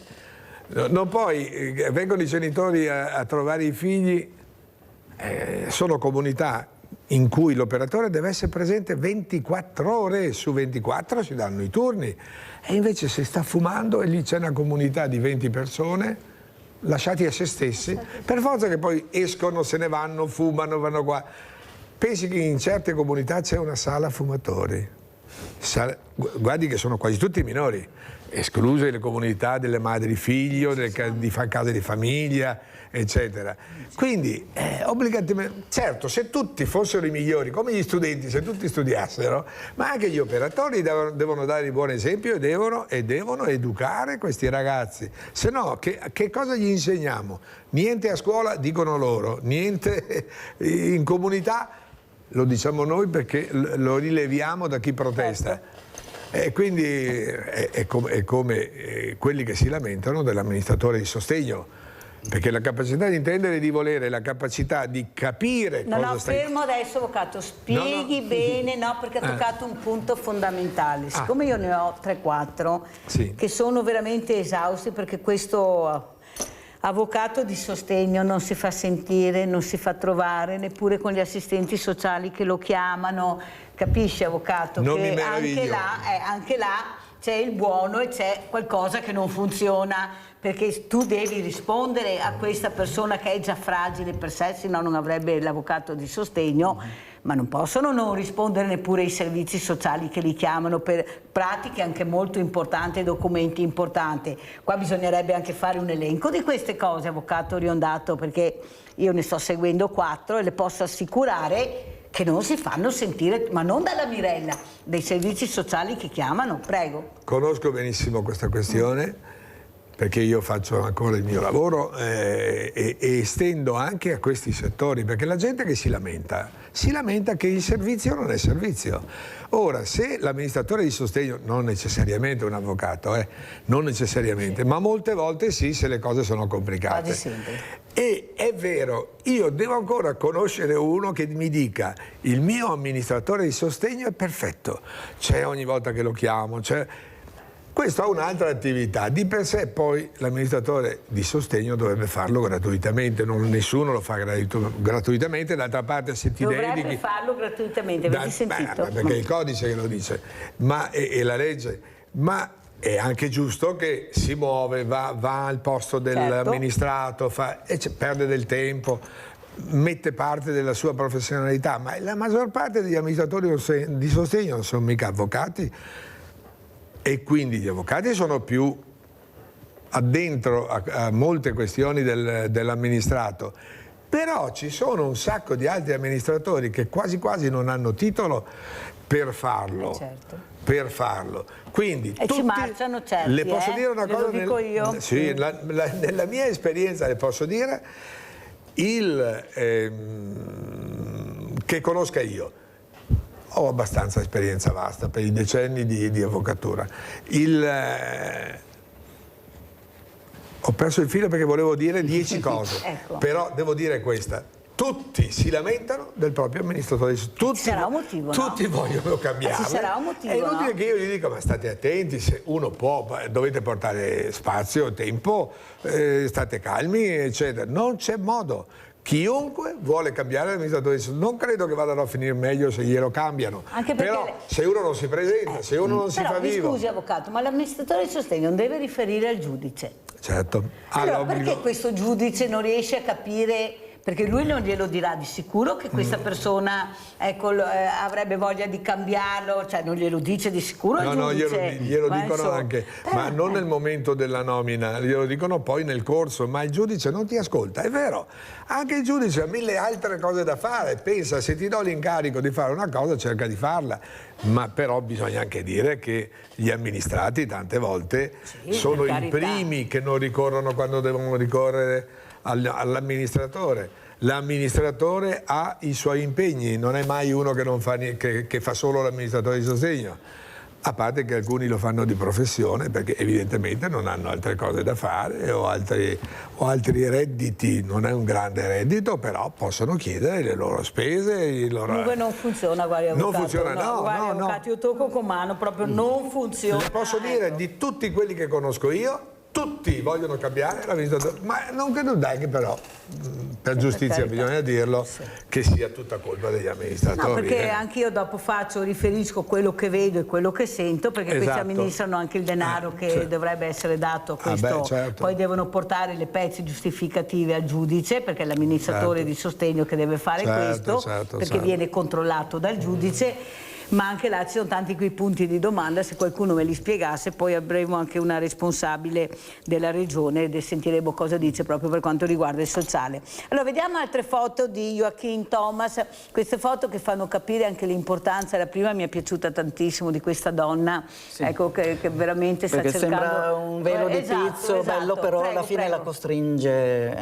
Eccola qua, guardate, è importantissima questa. Tutte quante le donne ormai, secondo me, avete visto cosa è successo anche in questi giorni, ecco, hanno un problema molto grande, che è il confronto, il dialogo con questa figura maschile che in molti casi non riesce a capire che non è un oggetto, ma è una persona umana con le proprie virtù, le proprie doti e anche le proprie passioni. Prego. Sì, che poi molto spesso quando ci sono manifestazioni proprio a sostegno ci sono quelli che criticano cosa servono, ormai hanno tutti i diritti che vogliono. Questa sarà esempio, una di quelle che ci sarà nella mostra. Fermatevi un attimo per cortesia, non toglietele subito, prego. Sì, questa qui sarà una di quelle che ci sarà, non questa qui, quella successiva stampata in cianotipia nella mostra che inaugurerà la settimana prossima a Selvazzano. Questa e quell'altra sono... dopo le vediamo perché non è facile tornare indietro per noi, prego. Sono una mostra ispirata invece alla nostalgia. Eccola qua, molto bella anche questa, complimenti. Queste sono gli originali, però saranno stampate appunto con la tecnica cianografica che abbiamo visto prima in grande, quindi in questo caso non le ho stampate io, le hanno fatte fare uno stampatore. Anche se in realtà parte dell'opera nella cianotipia sta proprio nella stampa e non nel soggetto. Proprio perché si usa la carta, si passa con il pennello dove si vuole che esca l'immagine, alla fine si poggia il negativo, la si lascia al sole 10 minuti o mezz'ora a seconda quanto sole c'è, poi si mettono in acqua e si tira fuori e si vede se è venuta fuori e quindi ogni copia stampata sarà diversa dall'altra. C'è anche modo di farle a colori, però in questo caso ci vogliono 2 o 3 giorni di lavoro perché usando delle sostanze tipo il tannino che c'è nel caffè o nel vino o il bicarbonato, il carbonato di sodio, si riesce a far virare il colore dal ciano, cioè dal blu iniziale, in altri colori e magari anche sovrapponendo poi 2 o 3 stampe, la prima che è stata variata di colore, successivamente un'altra in ciano, ce n'erano un paio di esempi prima nella prima serie. Poi le vediamo, non è che dovete tenerle mezz'ora, però... Sì, in cui c'era questo effetto a 2 colori che simula i colori. Quello che volevo capire, Joachim, è anche l'importanza della foto di cogliere l'attimo, specialmente in bianco e nero e a colori. Io personalmente, per quanto riguarda i tratti, a me piacciono solo in bianco e nero. Io riesco veramente, anche questa mostra che facciamo, io sono tutti in bianco e nero, questi sguardi, questi occhi, mentre magari il paesaggio ha bisogno magari anche del colore, però il ritratto in bianco e nero e soprattutto sapere cogliere l'attimo. Prego, Joachim. Io ho predilezione comunque per i ritratti, anche se poi capita e faccio altre cose. Fra l'altro ritratti a bianco e nero, parlerei anche Enrico Colussi, che lui è bravissimo ritrattista e lui lavora appunto in bianco e nero. Ultimamente ho avuto fortuna di avere anch'io un suo ritratto. Cogliere l'attimo, abbiamo un po' un vantaggio col digitale rispetto a una volta che c'è la possibilità di fare più tentativi e vedere se l'attimo è stato colto. Una volta non si poteva rischiare. Questa foto? Questa qui è Oliviero Toscani. Questi sono tutti i ritratti che ho avuto la fortuna di fare dei personaggi famosi, in parte a suo tempo a Fabbrica, che era appunto la scuola di Oliviero Toscani. Questo è Gad Lerner, sempre presso Fabbrica.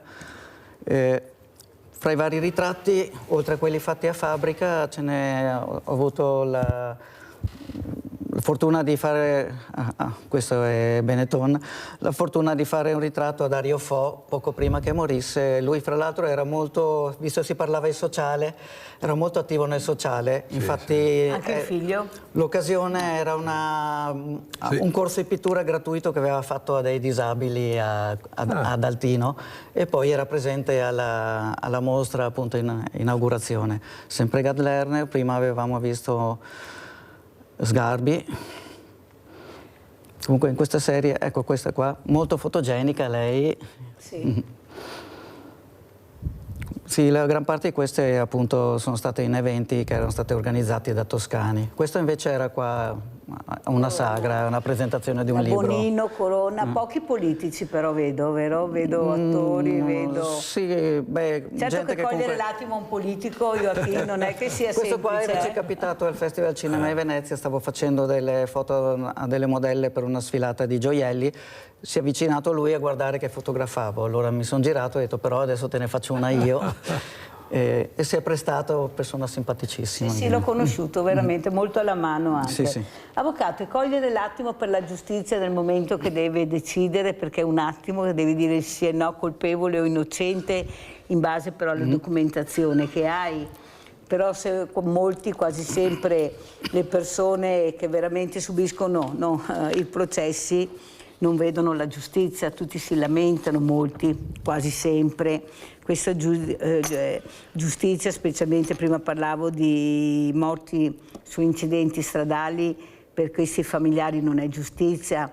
Che valore ha la vita umana? Cioè se sei tuo fratello, tuo cugino, tuo parente, cioè, ma la vita umana ha un valore per la giustizia? Oppure si va a peso? Cosa pesi in famiglia? Prego, avvocato. Beh, in primis sono i giudici che sono i padroni della situazione, ma anche loro si attengono alle regole. Siccome regole precise non ce ne sono, per cui la giurisprudenza, chi va in uno studio di avvocato, magari di una certa età, vedo tutto il cartaceo siamo nel digitale anche adesso, ma il cartaceo per dire che un caso viene risolto in 3000 modi. Perché ogni giudice è indipendente, ha il suo modo di interpretare, la sua cultura, soprattutto gli accusatori che per funzione sono i pubblici ministeri. I pubblici ministeri hanno mano più ampia dei poveri avvocati che hanno clienti non sempre di grandissimo reddito e che quindi fanno minori indagini, non ci vogliono soldi, devi pagare i periti, devi pagare... Non vedete che viviamo in epoca di consulenze? Guardiamo Garlasco che è su tutti gli schermi ogni giorno, di tutte le TV. Lì si parla che si sono interessati del caso 42 giudici, 42 giudici. La Corte d'Assise, perché in primo grado c'è stato un giudice unico, che era il giudice dell'udienza preliminare, che è stato investito della richiesta da parte di Stasi non di un patteggiamento, ma di un giudizio abbreviato, che significa farsi togliere un terzo della pena, minimo, fino a un terzo, cioè è una mano che con cui il giudice conduce il lavoro. Ora, la giustizia, 42 giudici, mettiamo che siano stati anche 36, non cambia nulla perché sono 8 che costituiscono la Corte d'Assise, 6 sono giudici popolari, come noi, e gli altri 2 sono togati. Ma lei pensi che i 2 togati, che sono magistrati di professione, togati perché sono proprio magistrati, gli altri sono in certo modo magistrati, ma vengono pescati, sapete che le corti d'assise sono corti composte dal popolo, per cui 6 voti valgono, il voto di uno vale tanto quanto il voto del Presidente. Ma sapremo mai la verità, come ha detto qualcuno, chi è stato il vero colpevole di Garlasco? Oppure ci sarà sempre un punto di domanda? Secondo lei, avvocato? Guardi, io credo che siccome già con Stasi, che le prove lo dicono fino ad ora raccolte, ma lui ancora risulta colpevole, fino a che non ci sarà una revisione del processo che dice scusaci caro, tu sei...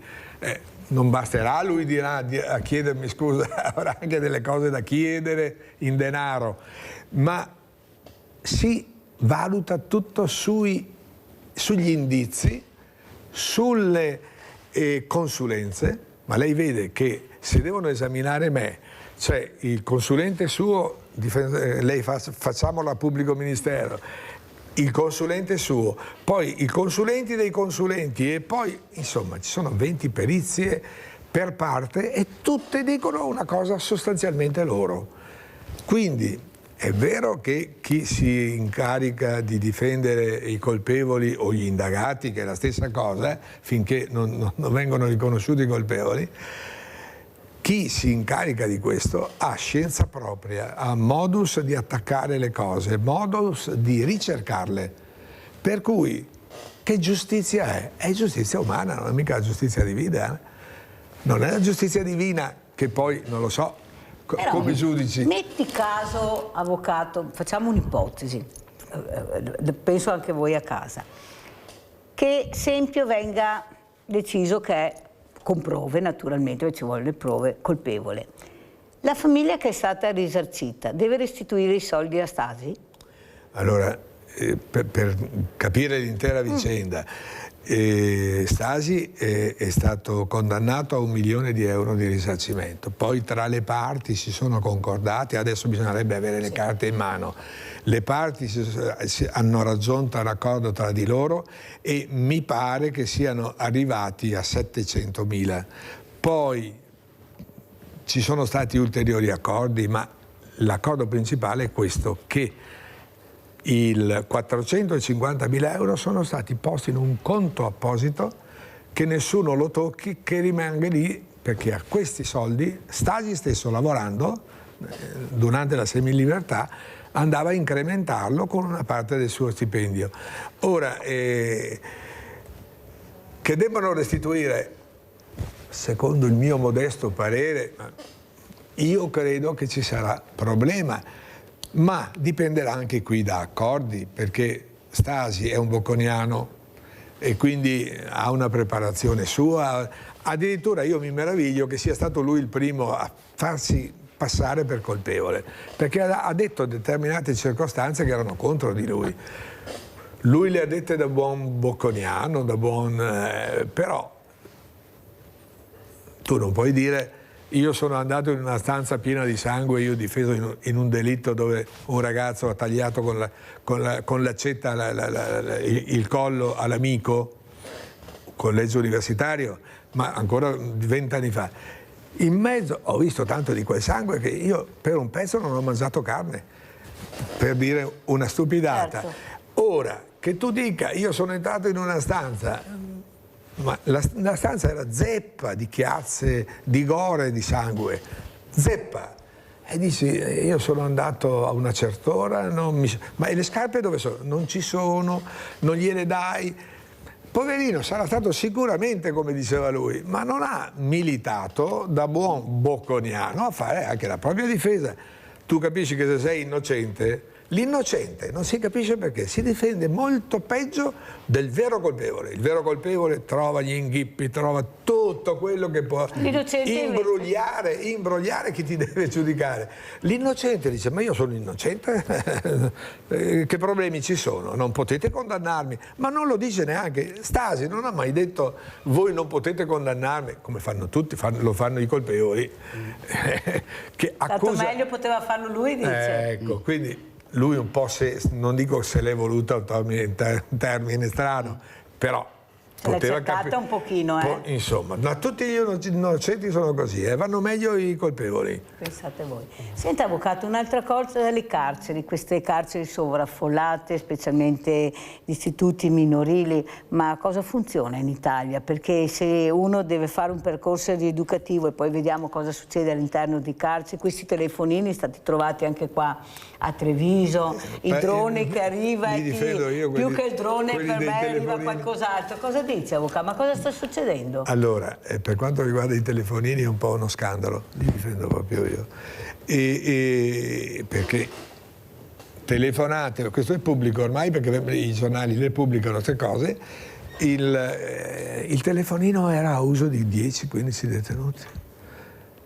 Non dico dove era nascosto, lasciamo perdere, ma chiamavano casa, e il mafioso chiama non proprio casa, la casa degli amici chiama. Quindi dove stiamo andando? Le carceri sono sovraffollate. Uno di questi, per esempio, io ho fatto ottenere uno sconto di pena e un risarcimento perché l'hanno costretto a vivere in un carcere troppo affollato. Troppo affollato, gli hanno dato 9 giorni, 10 giorni, 15 giorni, gliene hanno tolti di pena perché ha patito. Ecco, voglio dire, ci sono le norme, ci sono per tutto, forse sono troppe anche. e dopo tanti che le usano male, i magistrati le usano bene al solito, ma bisogna anche vedere chi sono, perché non tutti sono di larga manica, non tutti sono propensi ad ascoltare. Pensate, i processi che vediamo in TV, ma non vedete che durano da 1 anno, 2 anni, 3 anni? E quante prove portano, quanti studi? 10 anni. Sì, ma anche 18, siamo arrivati a 18. Allora, ci capiamo, la giustizia va come mi verrebbe prosaicamente da dire, gli elastici di certi indumenti, uno li tira così, uno li restringe, ma è in mano del giudice, queste 2 mani sono nelle mani del giudice. È una questione economica, tu hai tanti soldi, puoi arrivare anche alla prescrizione, che c'è solo in Italia, 3 gradi di giudizio, prescrizione, Cassazione, non è che forse la giustizia è fatta per i furbi, per quelli che hanno tanti soldi, e per gli altri invece la giustizia, ciao. La giustizia è uguale per tutti, le sembra sia una scritta che deve essere lasciata o deve tolta? La giustizia dovrebbe essere uguale per tutti, ma sono le sentenze che per gli stessi casi non sono uguali per tutti. Quindi è sostanzialmente un'ingiustizia. La giustizia giusta non esiste. Per chi crede ci può essere un Dio, ci può essere giustizia divina, ma obiettivamente abbiamo gli studi pieni di dischetti, pieni di testi, che contengono sentenze sullo stesso caso, e che tu devi andare a vedere come quel caso è stato risolto, perché cerchi, se è favorevole al tuo assistito, cerchi di farla applicare se è favorevole. Pensiamo solo al caso di Manuela Orlandi, quanti anni è che ne andiamo dietro? O il caso Regeni, o il caso Avanti, ma la giustizia quando arriverà? Quello che volevo chiedere invece a Joachim, volevo aggiungere una cosa. Sì, aspetti che le faccio anche la domanda, così dopo purtroppo il tempo è tiranno. Ma adesso ci sono questi cellulari, tutti fotografano con i cellulari, nei matrimoni tutti i cellulari. Cos'è il fotografo nel 2026 e la fotografia? Prego. Questa è una domanda molto interessante. A suo tempo, ancora qualche anno fa, una conferenza di un fotografo abbastanza conosciuto, c'erano appunto alcuni fotografi che sono intervenuti dicendo ormai la fotografia è finita, eccetera. In realtà lui ha detto no, adesso sta cominciando la fotografia come la scrittura. Una volta chi scriveva erano gli scribi, gli altri magari sapevano anche leggere. Dall'inizio del secolo scorso tutti sappiamo scrivere, quindi scriviamo cartoline e altre cose, ma non tutti siamo autori. Col cellulare si è aggiunto un altro livello di linguaggio, dopo la parola e la scrittura è arrivata l'immagine. Vado al ristorante, faccio una foto di quello che mangio, ma potrei averlo scritto o aver fatto una telefonata, averlo detto. Semplicemente è un modo di comunicare in più che è diventato alla portata di tutti. In mezzo a tutti questi ci sono gli autori, quelli che, come chi scrive, creano qualcosa di più rispetto a semplice comunicazione. Quindi da un certo punto di vista non è così tragico. Il problema è la percezione. Molti pensano farmelo fare da mio cugino col cellulare è la stessa cosa che farmelo fare da un fotografo. Ma lì, non è vero, ma lì però ci sarebbe, può essere vero. Sì, ma lì c'è il discorso che la tecnologia da sempre cresce più velocemente della cultura che dovrebbe supportarla, a partire da internet e tutte le cose successive. Quindi uno dei problemi è che ci sia la cultura della tecnologia, questo vale per qualsiasi tecnologia. L'aggancio che voleva fare? Sì, volevo dire riguardo una era riguardo la giustizia che è uguale per tutti. George Orwell nella Fattoria agli animali aggiungeva per qualcuno è più uguale che per altri. Che per altri. È importante questo. Un'altra cosa è l'intelligenza artificiale con la fotografia, Joachim?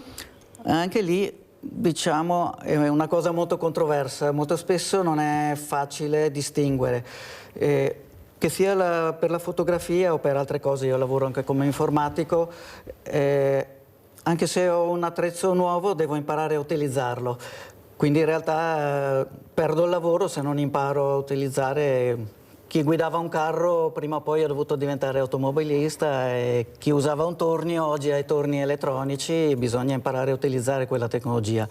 E anche lì poi c'è il problema dell'abuso e chi non sa distinguere tra una cosa e l'altra. Può essere creativo, ma la difficoltà, se io voglio un'immagine proprio come la voglio io, devo saper scrivere che cosa voglio perché venga fuori, altrimenti è simile nel Rinascimento i grandi pittori avevano i loro garzoni che gli davano istruzioni, quindi magari molte opere che noi pensiamo che siano originali venivano fatte nella bottega. Scuola, nella bottega. Quindi la famosa bottega dell'artista. Forse anche qui si aggiunge un ulteriore estratto. Quando è arrivata la fotografia, che fra l'altro i primi fotografi in realtà erano pittori che sperimentavano, dicevano: è finita la pittura, se posso fare le foto, cosa serve dipingere? Faccia vedere il libro che ha portato Joachim. No, non è un libro, avevo portato... vedere, questa qui era una delle cianotipie vedere, di quelle che dicevamo foto. Prima a colori. Ecco, che vediamo anche. Che forse l'avevamo anche vista prima. Sì, volevo aggiungere appunto, dopo la pittura e la fotografia è arrivata l'intelligenza artificiale, che è forse una via di mezzo fra le due cose, perché posso fare comunque qualcosa che sembra una foto, però in base a quello che avevo immaginato che prima potevo fare con la pittura. Io so che c'è anche una locandina, vediamo anche la locandina, perché ormai siamo in chiusura, vediamo questa locandina di Joachim Thomas per far capire l'importanza della fotografia. Prego Joachim. Questa, sì, quella che c'è in copertina è una delle foto che avevamo visto prima in bianco e nero, che avevo fatto, che è in versione cianotipia. Come dice il titolo, il tema è la nostalgia, quindi tutto quello che è un'immagine che può riportarci a dei ricordi. E in questo caso in prestito, perché magari un artista riesce a fare un'immagine che a chi la guarda può riportare a galla dei ricordi. Fra i vari artisti qui ce ne sono alcuni anche di brasiliani, di quelli che dicevo. Ma quando ci sarà questa? Questa l'inaugurazione sarà martedì 7 luglio alle 21 a Selvazzano Dentro, vicino a Padova. La mostra apre il 2 comunque fino al 22 di agosto. Allora, avvocato Riondato, Joachim Thomas ha detto una parola che mi ha colpito, una parola che si fa fatica a sentire. Si parla di solidarietà, si parla di solitudine. Lei ha detto appena adesso una parola... Nostalgia? Nostalgia. Una parola che non si sente mai. Invece è una parola intanto che emoziona. Quando sei nostalgico, sei emozionato. E soprattutto la nostalgia di rivedere la tua vita, quello che hai sbagliato. Lei incontra queste persone che hanno sbagliato, hanno la nostalgia della famiglia, della comunità, dei loro cari. Perché ho parlato con dei direttori di carcere, dicono sì, ce ne sono, ma ce ne sono di tosti che poi non gliene frega niente di quello che hanno fatto e sono veramente dei muri di pietra. Cosa dice, avvocato? C'è la nostalgia in carcere? No, fermo perché abbiamo una telefonata. Ada da Mestre, ciao Ada. Ciao Stella, ti volevo chiedere, se sei così gentile, a chiedere all'avvocato cosa ne pensa della fuga delle due ragazzine. Fuga da un centro che dovevano tutelarle. Per conto mio, questo volevo chiedere all'avvocato, se l'idea mia era proprio fuori luogo. Perché la madre, è giusto, l'ha rapita, tutto quello che vuoi, però sono venute fuori da una casa famiglia dove dovevano proteggerle. È come un ladro che va a rubare e io sotto faccio il piantone. Per me è la stessa idea. Ecco, grazie Ada, mi dispiace che non hai visto l'inizio della seconda parte, perché l'avvocato aveva spiegato molto bene anche questa possibilità di uscire da certe... Prego avvocato. Una sola parola, perché esatto, ha posto molto bene il problema la signora Ada, perché anche qui la colpa di chi è?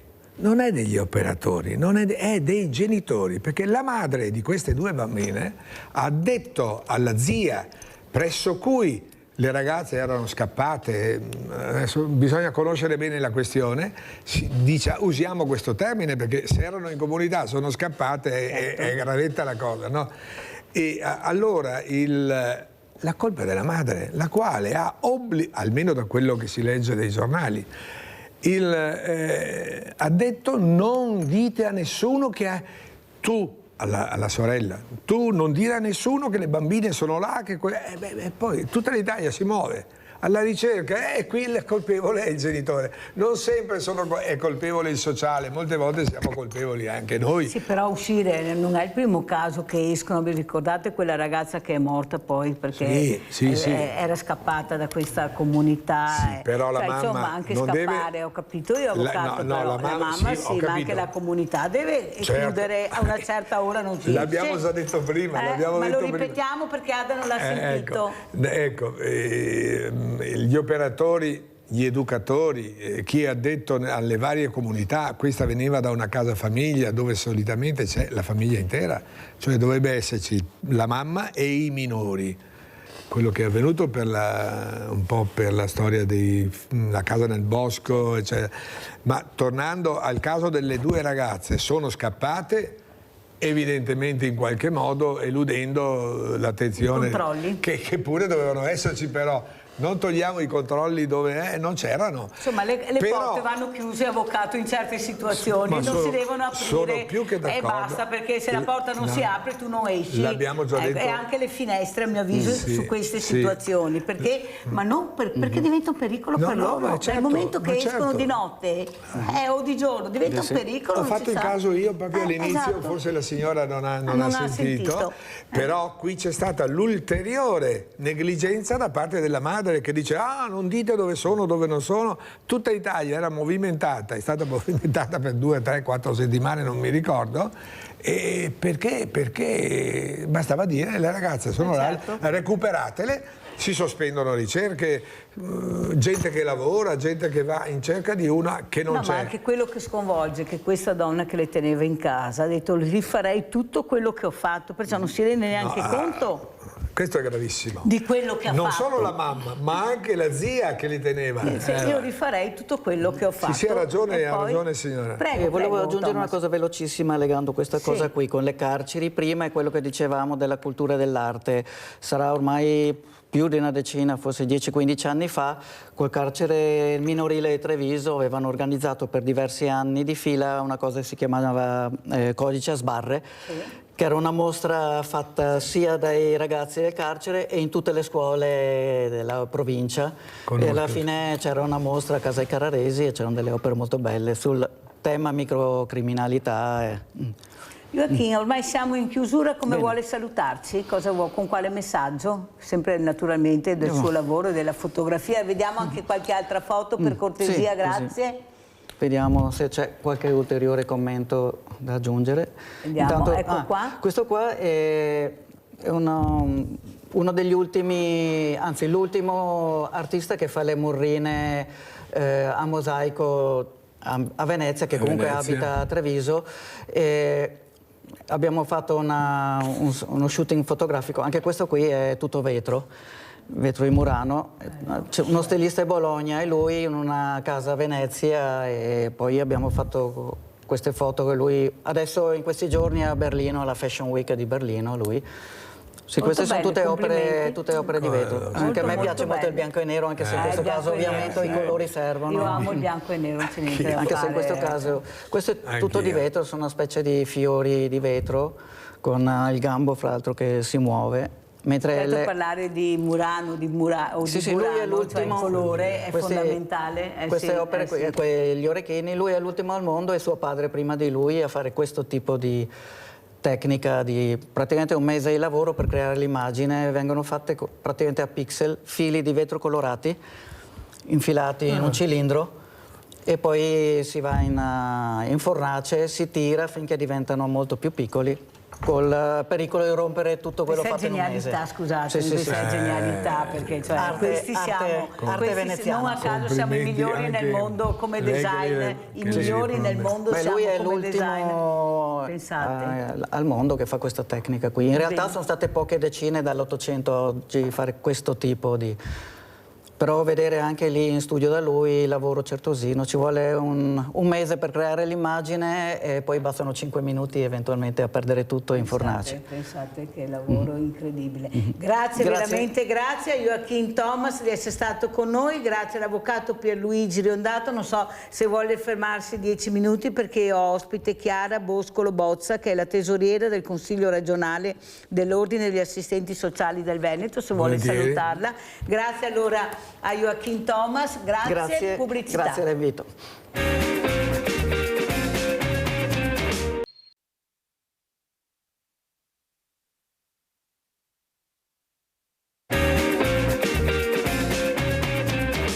Saluto e ringrazio Chiara Boscolo Bozza, tesoriera Consiglio regionale dell'Ordine degli Assistenti Sociali del Veneto. Non so se è giusto, dottoressa, mi dica lei. Ecco, io sono veramente molto contenta di averla ospite, perché non solo io, ma siamo in molti preoccupati per questo sociale che non decolla, questa solitudine che non riguarda solo i diversamente giovani ma anche i giovani.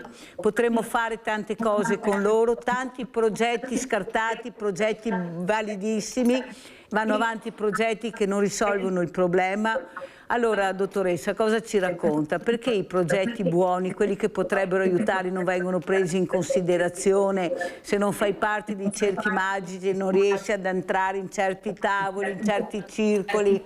Ecco, cosa può dire lei per quanto riguarda veramente il giovane e il diversamente giovane per quanto riguarda il sociale? Sono completamente abbandonati a se stessi, molti, non tutti. Prego, dottoressa. Intanto buongiorno a tutti. Saluto davvero con piacere, grazie per l'invito. Allora, che dire, io in realtà vorrei portare una visione positiva, nel senso che in realtà negli ultimi anni con tante nuove DGR nuove della regione, sia per i giovani sia per i diversamente giovani, come li chiama lei, ci sono tante possibilità di progetti per andare incontro contro la solitudine e invece ecco, sostenere le persone che sono più sole.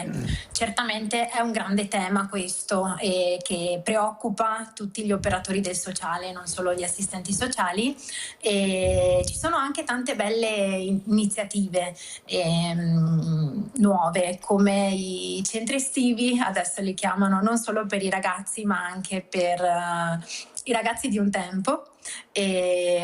Oppure adesso in estate arrivano i soggiorni climatici che sono delle occasioni ottime per creare nuovi legami tra persone che magari non hanno una grande rete intorno a loro. Quindi ecco, io mi sento di dire che dobbiamo essere positivi sulla costruzione di nuove opportunità. Non riesco a essere positiva, dottoressa, con quello che vedo, perché lei giustamente ha portato degli esempi validi e la ringrazio. È vero che si sono fatti dei passi avanti, ci mancherebbe, è vero, però chi non ha soldi, dottoressa? Già la retta delle RSA è una retta molto, molto alta. Cioè io come faccio se non riesco ad avere il sostegno anche economico, perché vengo da una famiglia povera, non ho nessuno, la mia pensione non mi basta neppure per la retta. Questo vale anche per i giovani, ecco, questi GREST, non tutti hanno la possibilità di entrare in certi circuiti dove magari i sindaci sanno che questa famiglia è in difficoltà e li aiuta, ma io devo avere quello che mi aspetta di diritto, dottoressa. Non quello che qualcuno decide di farmi fare perché ho i soldi o non ho i soldi. Io ad esempio ho un banco solidale, dottoressa. A me non è mai venuto nessuno a vedere che famiglie avrebbero bisogno di essere aiutate, questi bambini, questi diversamente giovani, magari portarli a fare qualche cura, soprattutto anche qualche passeggiata, io la chiamo così, qualche passeggiatina per staccare la spina. Abbiamo le pari, io sono dentro la provincia di Treviso, la sede della provincia, dottoressa, perciò ho le pari opportunità vicino a tutto, ma non si vede mai nessuno. Ed è l'unico banco alimentare all'interno di un ente pubblico in Italia. È come se nei banchi alimentari, ecco, riguardasse solo la borsa della spesa, senza capire che arrivano le fragilità che potrebbero essere utili anche a voi per capire veramente l'importanza della solitudine, della povertà, dell'ascolto, del dialogo. Ad esempio prima abbiamo sentito una parola nostalgia. Io vedo sì i giovani che diversamente giovani con una nostalgia incredibile, nostalgia di qualcosa che non riescono a avere. Prego, dottoressa.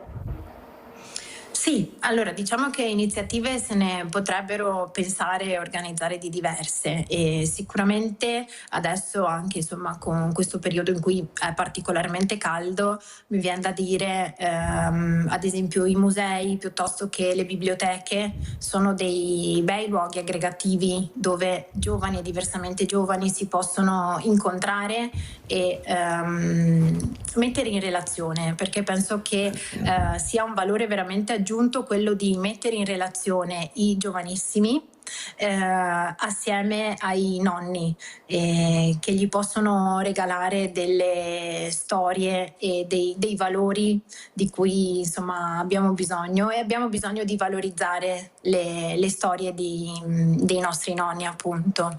E certo quella della difficoltà economica per poter accedere ad alcuni servizi è un tema molto importante che anche noi insomma all'interno dei servizi pubblici sentiamo come un tema preponderante. Poi non è facile purtroppo riuscire ad incontrare tutti e le necessità di tutti, però come dire, facciamo sempre il possibile. Per i più piccolini magari gli accessi ai centri estivi con una retta un po' calmierata. Certo quello delle RSA, insomma le rette non sempre, non tutti possono avere la possibilità di averne accesso, vero anche insomma che con i contributi regionali o comunali si cerca sempre di poter dar modo anche a chi personalmente con la propria pensione non ce la fa, però di dare delle opportunità. Bisognerebbe ritrovare un po' anche il senso sociale all'interno di noi, ecco, non solo guardare all'interno dei servizi, che è cosa importantissima, quello di rivolgersi anche ai propri servizi sociali per sapere quelle che sono le opportunità che il territorio offre, perché poi ogni territorio ha la sua, ma il senso sociale insomma da vicini di casa, da condomini, di magari finito il lavoro trovare quel tempo per portare il nonno a fare la passeggiata, per il caffè, una merenda, una passeggiata al parco, sarebbe una parte importante da ritrovare, ecco, la responsabilità individuale anche. Grazie dottoressa. Sentiamo Daniele da Vedelago, poi andiamo dall'avvocato Riondato se vuole fare qualche domanda alla dottoressa Boscolo Bozza. Vai Daniele. Mi vuole sempre, o c'è mai successo anche ieri, non gli risponde. Scarica Barile Mirella, tu capito?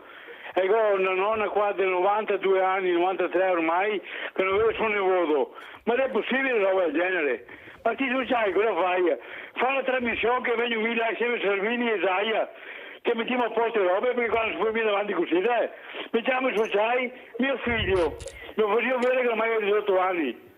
Ma chi è? Ma come cosa? Lei mi fiora, Cristo Dio, guarda un nonno qua da 92 anni, visto che il signore là parla dei nonni. E i nonni qua, mentre che mi fermo a morire, era morto mio papà dopo 4 giorni che poteva mi fioro. Mirella, fa una puntata che mi amico Salvini e Zaia.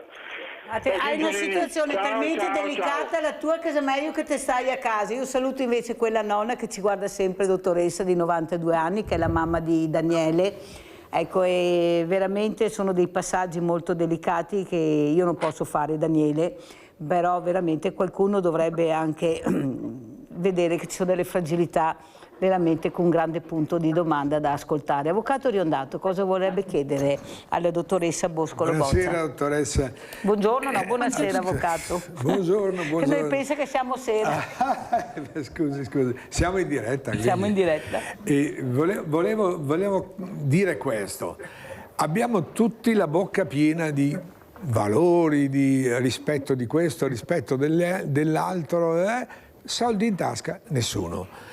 Parole belle tutte, ma non lei ha solo parole giuste, ma voglio dire che tutti quelli che si occupano del sociale hanno soluzioni per tutto, ma è tutto ideale, è tutto astratto.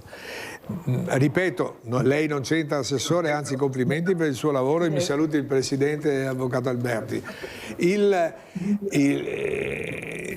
Direi che se guardiamo veramente come è gestito il sociale, siamo messi male. Non è il capo qui, non è lei che rappresenta per il Veneto un settore delicatissimo, ma obiettivamente quando andiamo sul pratico troviamo falle immense, troviamo che mancano i soldi per questo, mancano per quello, chi li ha li usa male, perché molte comunità li usano male, ce lo può insegnare anche l'assessore. Quindi voglio dire che è un problema... Tesoriera del Consiglio regionale.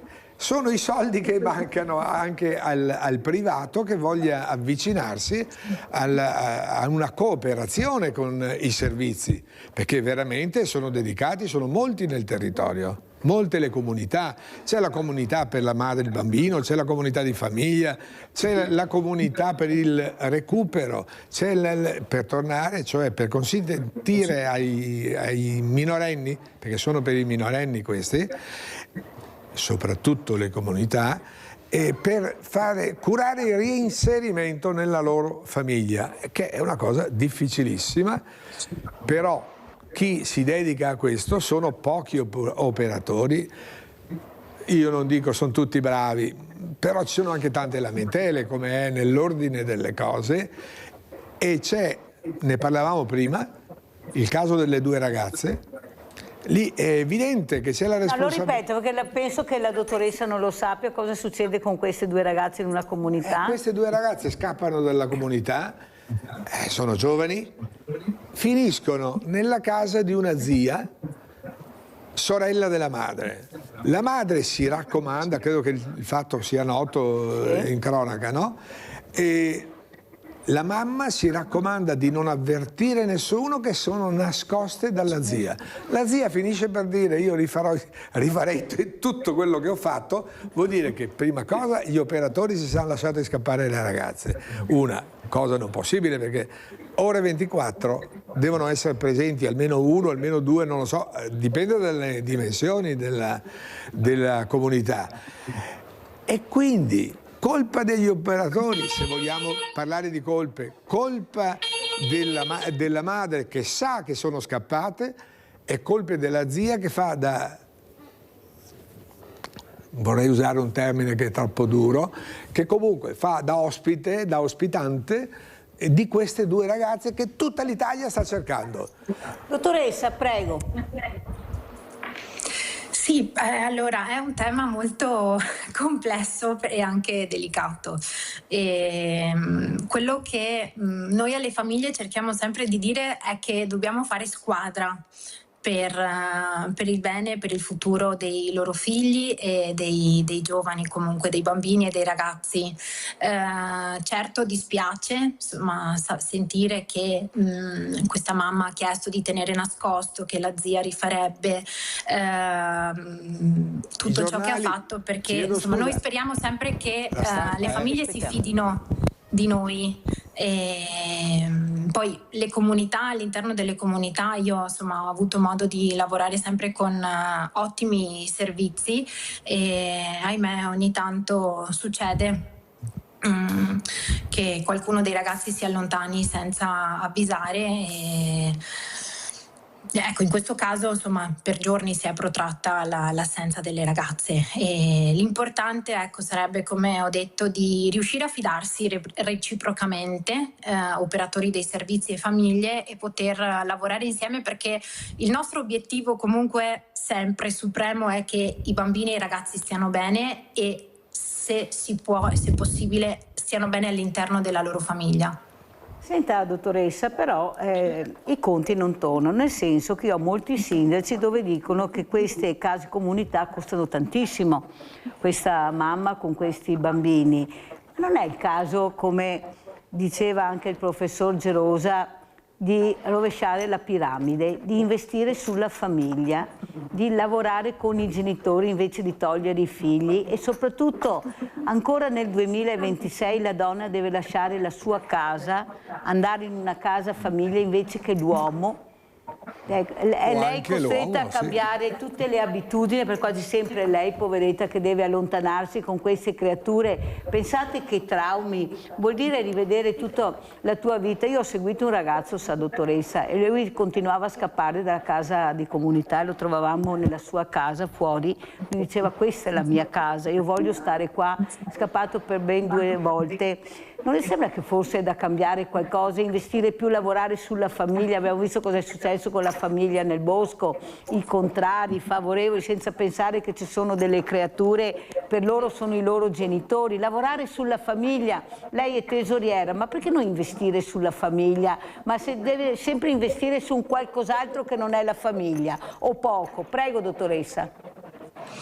Beh, allora diciamo che negli ultimi anni, sia a livello di regione che a livello nazionale, si sta investendo sul prima, e il progetto Pippi, non so se lo conoscete, ne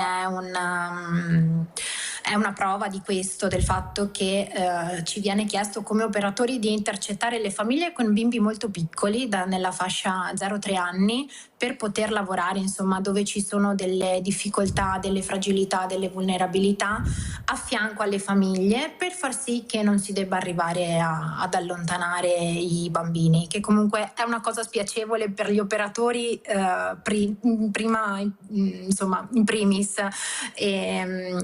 Poi io sono tesoriera dell'ordine, purtroppo noi non abbiamo come obiettivo quello di investire rispetto ai servizi, ma tesoriera rispetto a quello che l'ordine regionale è e può fare come organismo, insomma, di gestione, organismo politico. Quindi però lavoriamo insieme in questo particolare momento storico, lavoriamo insieme alla regione e a chi politicamente è responsabile, per cercare di trovare il modo migliore per supportare le famiglie, insomma, quindi ci siamo nella definizione delle nuove politiche sociali. Avvocato Riondato, cosa vuole aggiungere? Beh, qui abbiamo la tesoriera, la più ricca di tutto il Veneto in ordine a queste cose, nel senso che dispone di... Ma mi pare che non possa, ho capito male, mi pare che non possa mettere liberamente le mani sui denari, cioè fare scelte specifiche, attribuire a comunità, attribuire ad altri servizi. Allora spieghiamo bene il suo ruolo, come si svolge, perché veramente noi siamo all'oscuro di quello che ha detto lei, anche di questo. Noi non sappiamo mai niente, io lavoro in una televisione, sono in prima linea sul sociale, però io di queste cose non conosco niente. Prego, dottoressa. Le sue funzioni. Ok, allora... Sì, le assistenti sociali e gli assistenti sociali hanno un ordine nazionale che li rappresenta, e poi ogni regione ha il proprio ordine regionale degli assistenti sociali. In questo caso io rappresento, insomma, l'ordine del Veneto. Quindi per esercitare la professione bisogna essere iscritti all'albo professionale, e i colleghi e le colleghe pagano una quota annuale, e la quota che le colleghe e i colleghi pagano, in realtà una parte, un terzo, viene data all'ordine nazionale, mentre quello che ci rimane è per la gestione quotidiana dell'ordine. Quindi noi abbiamo una segreteria che si occupa di tutta la parte burocratica, della formazione. Siamo alla fine, anche se di piccole dimensioni, siamo un ente pubblico, quindi ecco, abbiamo appunto del personale assunto, alcuni consulenti che ci aiutano nell'espletare, insomma, le nostre quelli che sono i nostri incarichi, però direttamente non abbiamo la funzione di dare appunto dei contributi alle comunità o insomma agli enti.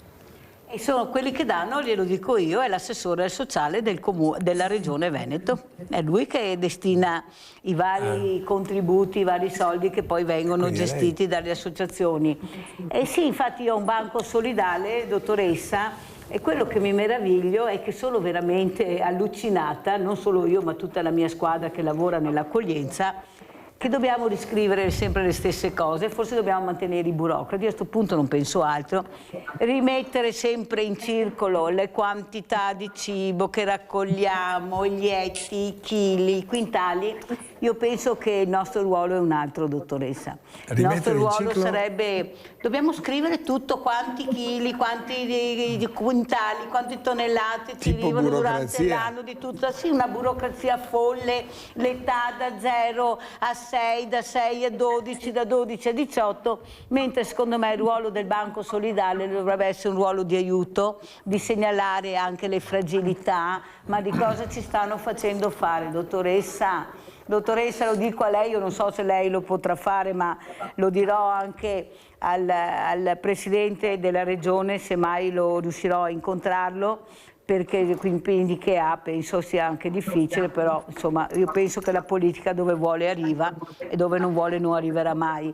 Però il ruolo dei banchi solidali è fondamentale, dottoressa, in un momento dove la povertà, ma le sembra normale che noi giriamo col commercialista, dobbiamo pagare l'avvocato, il notaio per fare volontariato, ma le sembra una cosa normale, dove abbiamo dimostrato anche durante la pandemia che siamo quelli che hanno salvato il paese, perché noi eravamo che andavamo nelle case a portare la spesa, le medicine, noi abbiamo rischiato la vita perché non abbiamo mai chiuso i banchi solidali.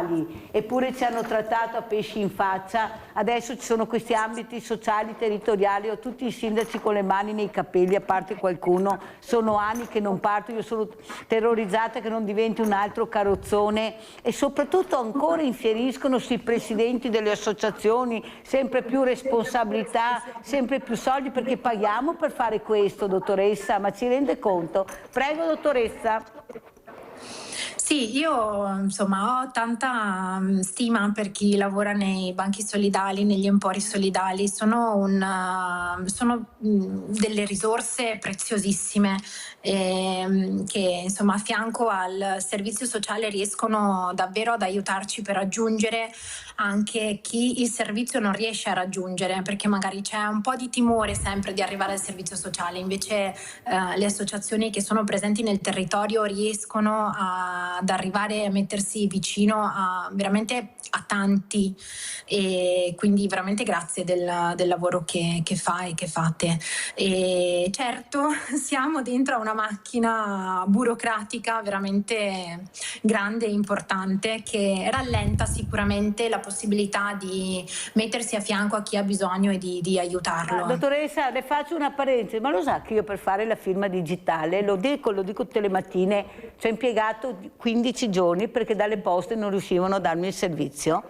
E allora sono andata da un privato, eccolo qua, ho pagato 124 euro per fare la firma digitale per mandare il bilancio in regione. Ma le sembra normale, dottoressa? No, ma le sembra normale che devo pagare con la firma digitale? Se un diversamente giovane, mettiamo, non è in grado di farlo? Cioè abbiamo una burocrazia che ci mette di fronte a dei sistemi veramente anche legali che sono pazzeschi. Perché gli stessi addetti ai lavori non riescono, anche in regione, dottoressa, a aprire anche questi portali. Mica semplice. Io ho dovuto chiamare, non riuscivano a aprire neanche gli addetti della regione. Ma capisce che non può funzionare così, che abbiamo una popolazione fragile, sempre più diversamente giovane, che con questi strumenti non riesce a collegarsi con voi, non riesce. E noi che siamo le sentinelle, non dico a lei, parlo in generale, dottoressa, siamo coi fucili puntati, e il volontariato, ma c'è qualcuno che glielo dice questo, non a lei, ma parlo in generale, visto che lei ha un'associazione anche molto importante, ma c'è qualcuno che gli dice che così non può funzionare, che le Proloco, le associazioni sono tutte disperati? Fare stage per la sicurezza, ma vediamo chi lo deve fare e chi non lo deve fare, non fare un caglierone e mettere dentro tutto. Daniele da Verona, vai Daniele. Buongiorno ai suoi ospiti. Allora, io parlo sempre in maniera pratica. Allora, questo Stato qua dovrebbe essere riformato interamente, ma non bisogna solamente dirlo, bisogna farlo, perché sennò non se ne escerà mai più. Siamo un discorso principalmente di soldi. Allora, la politica bisogna separarla. Il politico deve fare il politico, deve chiacchierare con uno e l'altro st'altro, ma l'amministrazione devono fare gli amministratori. Finché non si separano queste due cose qua, non potrà mai funzionare bene il nostro sistema. C'è poco da fare. E soprattutto mancanza di soldi, come lo spiegavo, mi diceva 2 o 3 giorni fa, e lei lo sa bene, finché non arriviamo alla parità di tasse, ovvero sia dipendenti e imprenditori, vuol dire 50 e 50, mancheranno sempre i soldi. Grazie e buona giornata. Grazie a te caro Daniele, salutiamo anche Verona. Avvocato Riondato, cosa aggiunge dopo aver sentito quello che ha detto la dottoressa Chiara Boscolo Bozza, che non è assessore ma è appunto tesoriera Consiglio regionale dell'Ordine di Assistenti Sociali del Veneto? E le spiegazioni sono ovvie, non può darne altra, certo. Anche perché credo sia da poco a rivestire questa funzione in seno Dopo glielo chiediamo regionale. se riusciamo a ricollegarci. Sapete, quando Mirella fa domande imbarazzanti cade sempre la linea, non so il perché, ma ogni tanto... prego avvocato. Allora, non può dire che è meglio di così, ma d'altra parte è la scusa italiana, la burocrazia stessa che lei ha nominato. La burocrazia è un freno ai piedi dei cittadini, non dei funzionari, perché i funzionari se vogliono, nei limiti del legittimo, aiutano, fanno, si adoperano, ma non assicurano risultati. Non assicurano risultati, ma non c'è la possibilità di adempiere a tutti questi obblighi che noi attribuiamo al tesoriere, a questo, a quell'altro. Alla fine dicono non ho la disponibilità, devo sentire 4 uffici, devo amministrare in un certo modo, quindi l'Italia nostra è sempre andata così, speriamo che qualcosa cambi prima o dopo.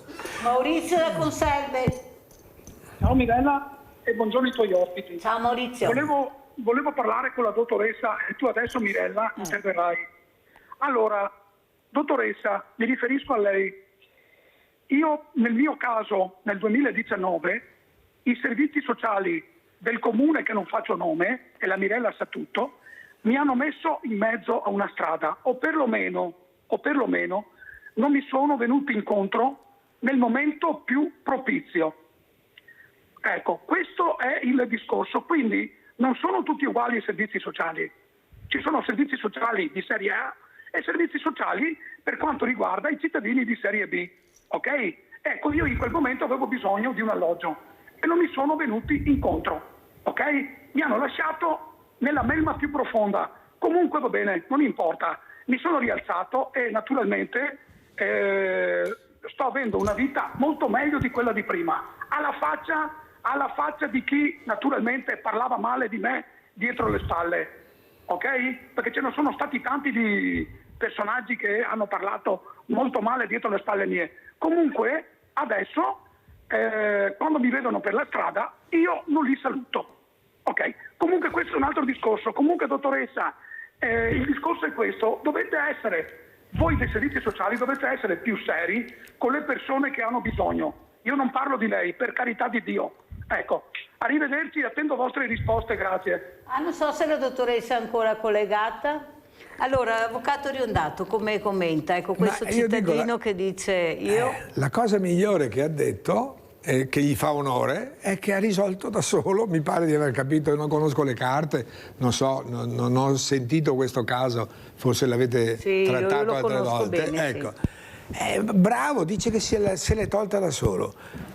Complimenti, complimenti. E quando lo Stato non va, quando la Regione non va, facciamoci carico delle cose, ma non invitando la gente a farsi carico, invitando ma tutti. Capisce, avvocato, che non può continuare così. Questa burocrazia, non so di che caso, la burocrazia che lei la conosce benissimo, sì. Ecco, che sta veramente uccidendo quello che è veramente la spina dorsale del paese, il volontariato. Guardate che è la spina dorsale del paese. Il volontariato, mettere pezzi dappertutto dove la politica non arriva. Eppure. Bisognerebbe fare da giudici e dire la colpa è qui, la colpa è là, ma mi pare che sia un po' dappertutto la colpa. Chi invece non è colpevole, chi fa queste opere di solidarietà, le fa senza guadagni, senza redditi, senza particolari, senza niente. Complimenti a voi e a lei in particolare, che guida benissimo questo settore. È un'economia anche questa, Sì, è un'economia e come. Avvocato, ormai siamo in chiusura, la dottoressa ha dovuto lasciare per impegni, cosa ci dice? A proposito... di quello che abbiamo detto per quanto la riguarda del suo lavoro. Allora, che siccome mi pare un'istanza giusta, ma la giustizia cosa fa? Allora, ho detto prima dell'iscrizione, non è è la legge che deve essere uguale per tutti, è la giustizia, lo ripeto, che non è uguale per tutti. Questo dipende da tanti fattori, dal magistrato che ti trovi, dall'impegno che si è messo nelle ricerche se è un pubblico ministero, perché il pubblico ministero, io lo dico in tanti processi, lui ha l'obbligo di, se reperisce degli argomenti, delle prove a favore dell'imputato, lavorare anche su quello, non lavorare solo sulle sue accuse che molte volte sono preconcette, guardate che in tanti casi ci sono le assoluzioni, non crediate, pare che siano più di un terzo del completo giuridico giurisprudenziale. Quindi un saluto, che la giustizia vada meglio, che anche quella sociale vada meglio, che chi è applicato a questo usi almeno l'impegno che lei opera nel sociale, quello stesso che lei mette nel sociale. Saluto lei, la ringrazio, sa che come al solito quando mi chiama vengo.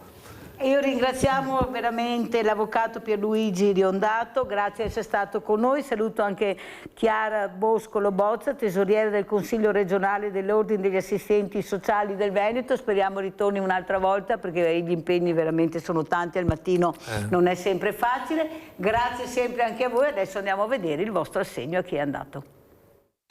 Ciao cara famiglia di Rete Veneta, oggi siamo a Canizzano in provincia di Treviso e stiamo per incontrare, eccola qua, permesso, Barbara. Ciao Barbara.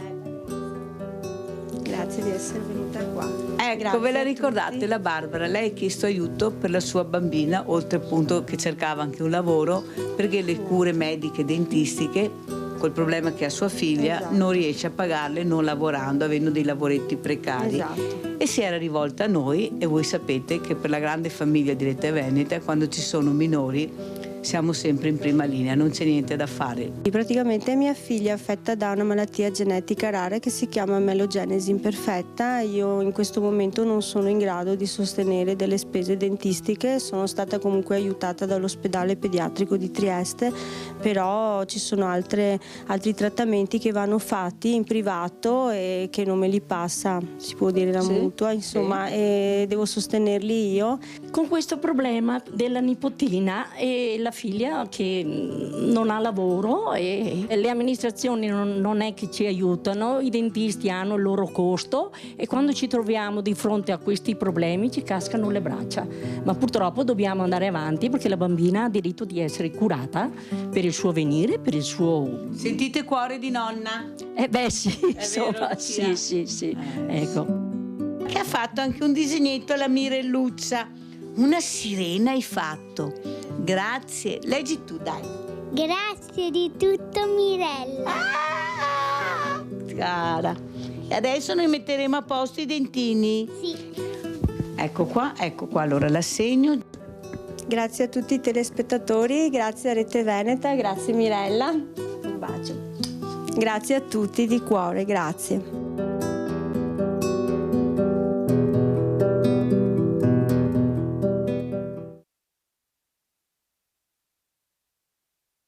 Ciao carissima famiglia di Rete Veneta, oggi c'è una grande sorpresa per voi. Indovinate dove siamo?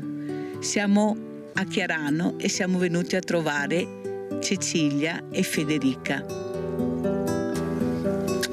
Allora, come va Fede? Si va avanti. Brava. Oggi è il compleanno di Cecilia, quanti anni compie? 5. 5 anni. Sei emozionata? Sì. Fantastica. Non ho parole, io non oso immaginare lei. E questa è la motocicletta. Andiamo avanti ancora con la speranza che la situazione si possa risolvere. È dura, è difficile, comunque resta ancora complicata. Cosa ha avuto veramente? Spiega un pochino. Principalmente è affetta da epatoblastoma, che è la malattia primitiva, ovvero un tumore al fegato. che poi si è metastatizzato nei polmoni. Quando ha subito il trapianto si sono poi accorti che aveva questa continuazione nel pancreas e non l'avevano mai visto.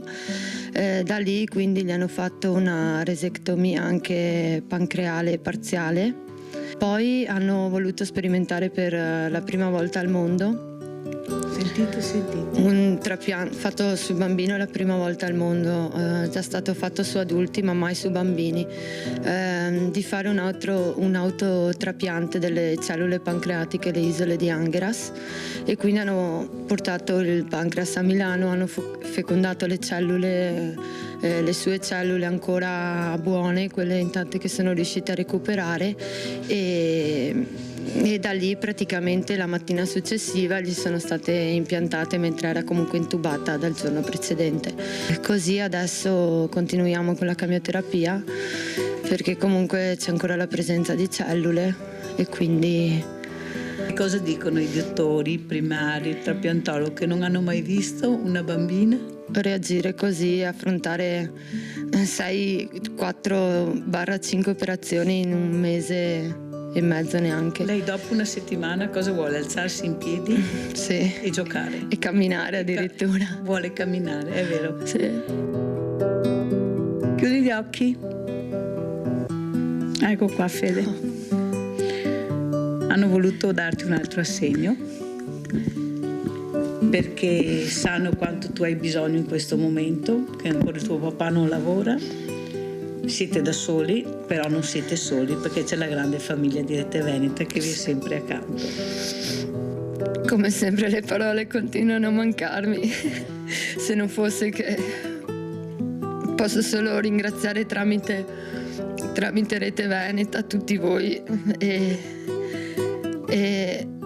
Rete Veneta che porta il nome di tutte le persone che ci supportano, che ci stanno vicino, e non potendolo fare personalmente ad abbracciarvi tutti posso farlo in questo modo, però è tutto quello che posso fare col mio cuore in questo momento.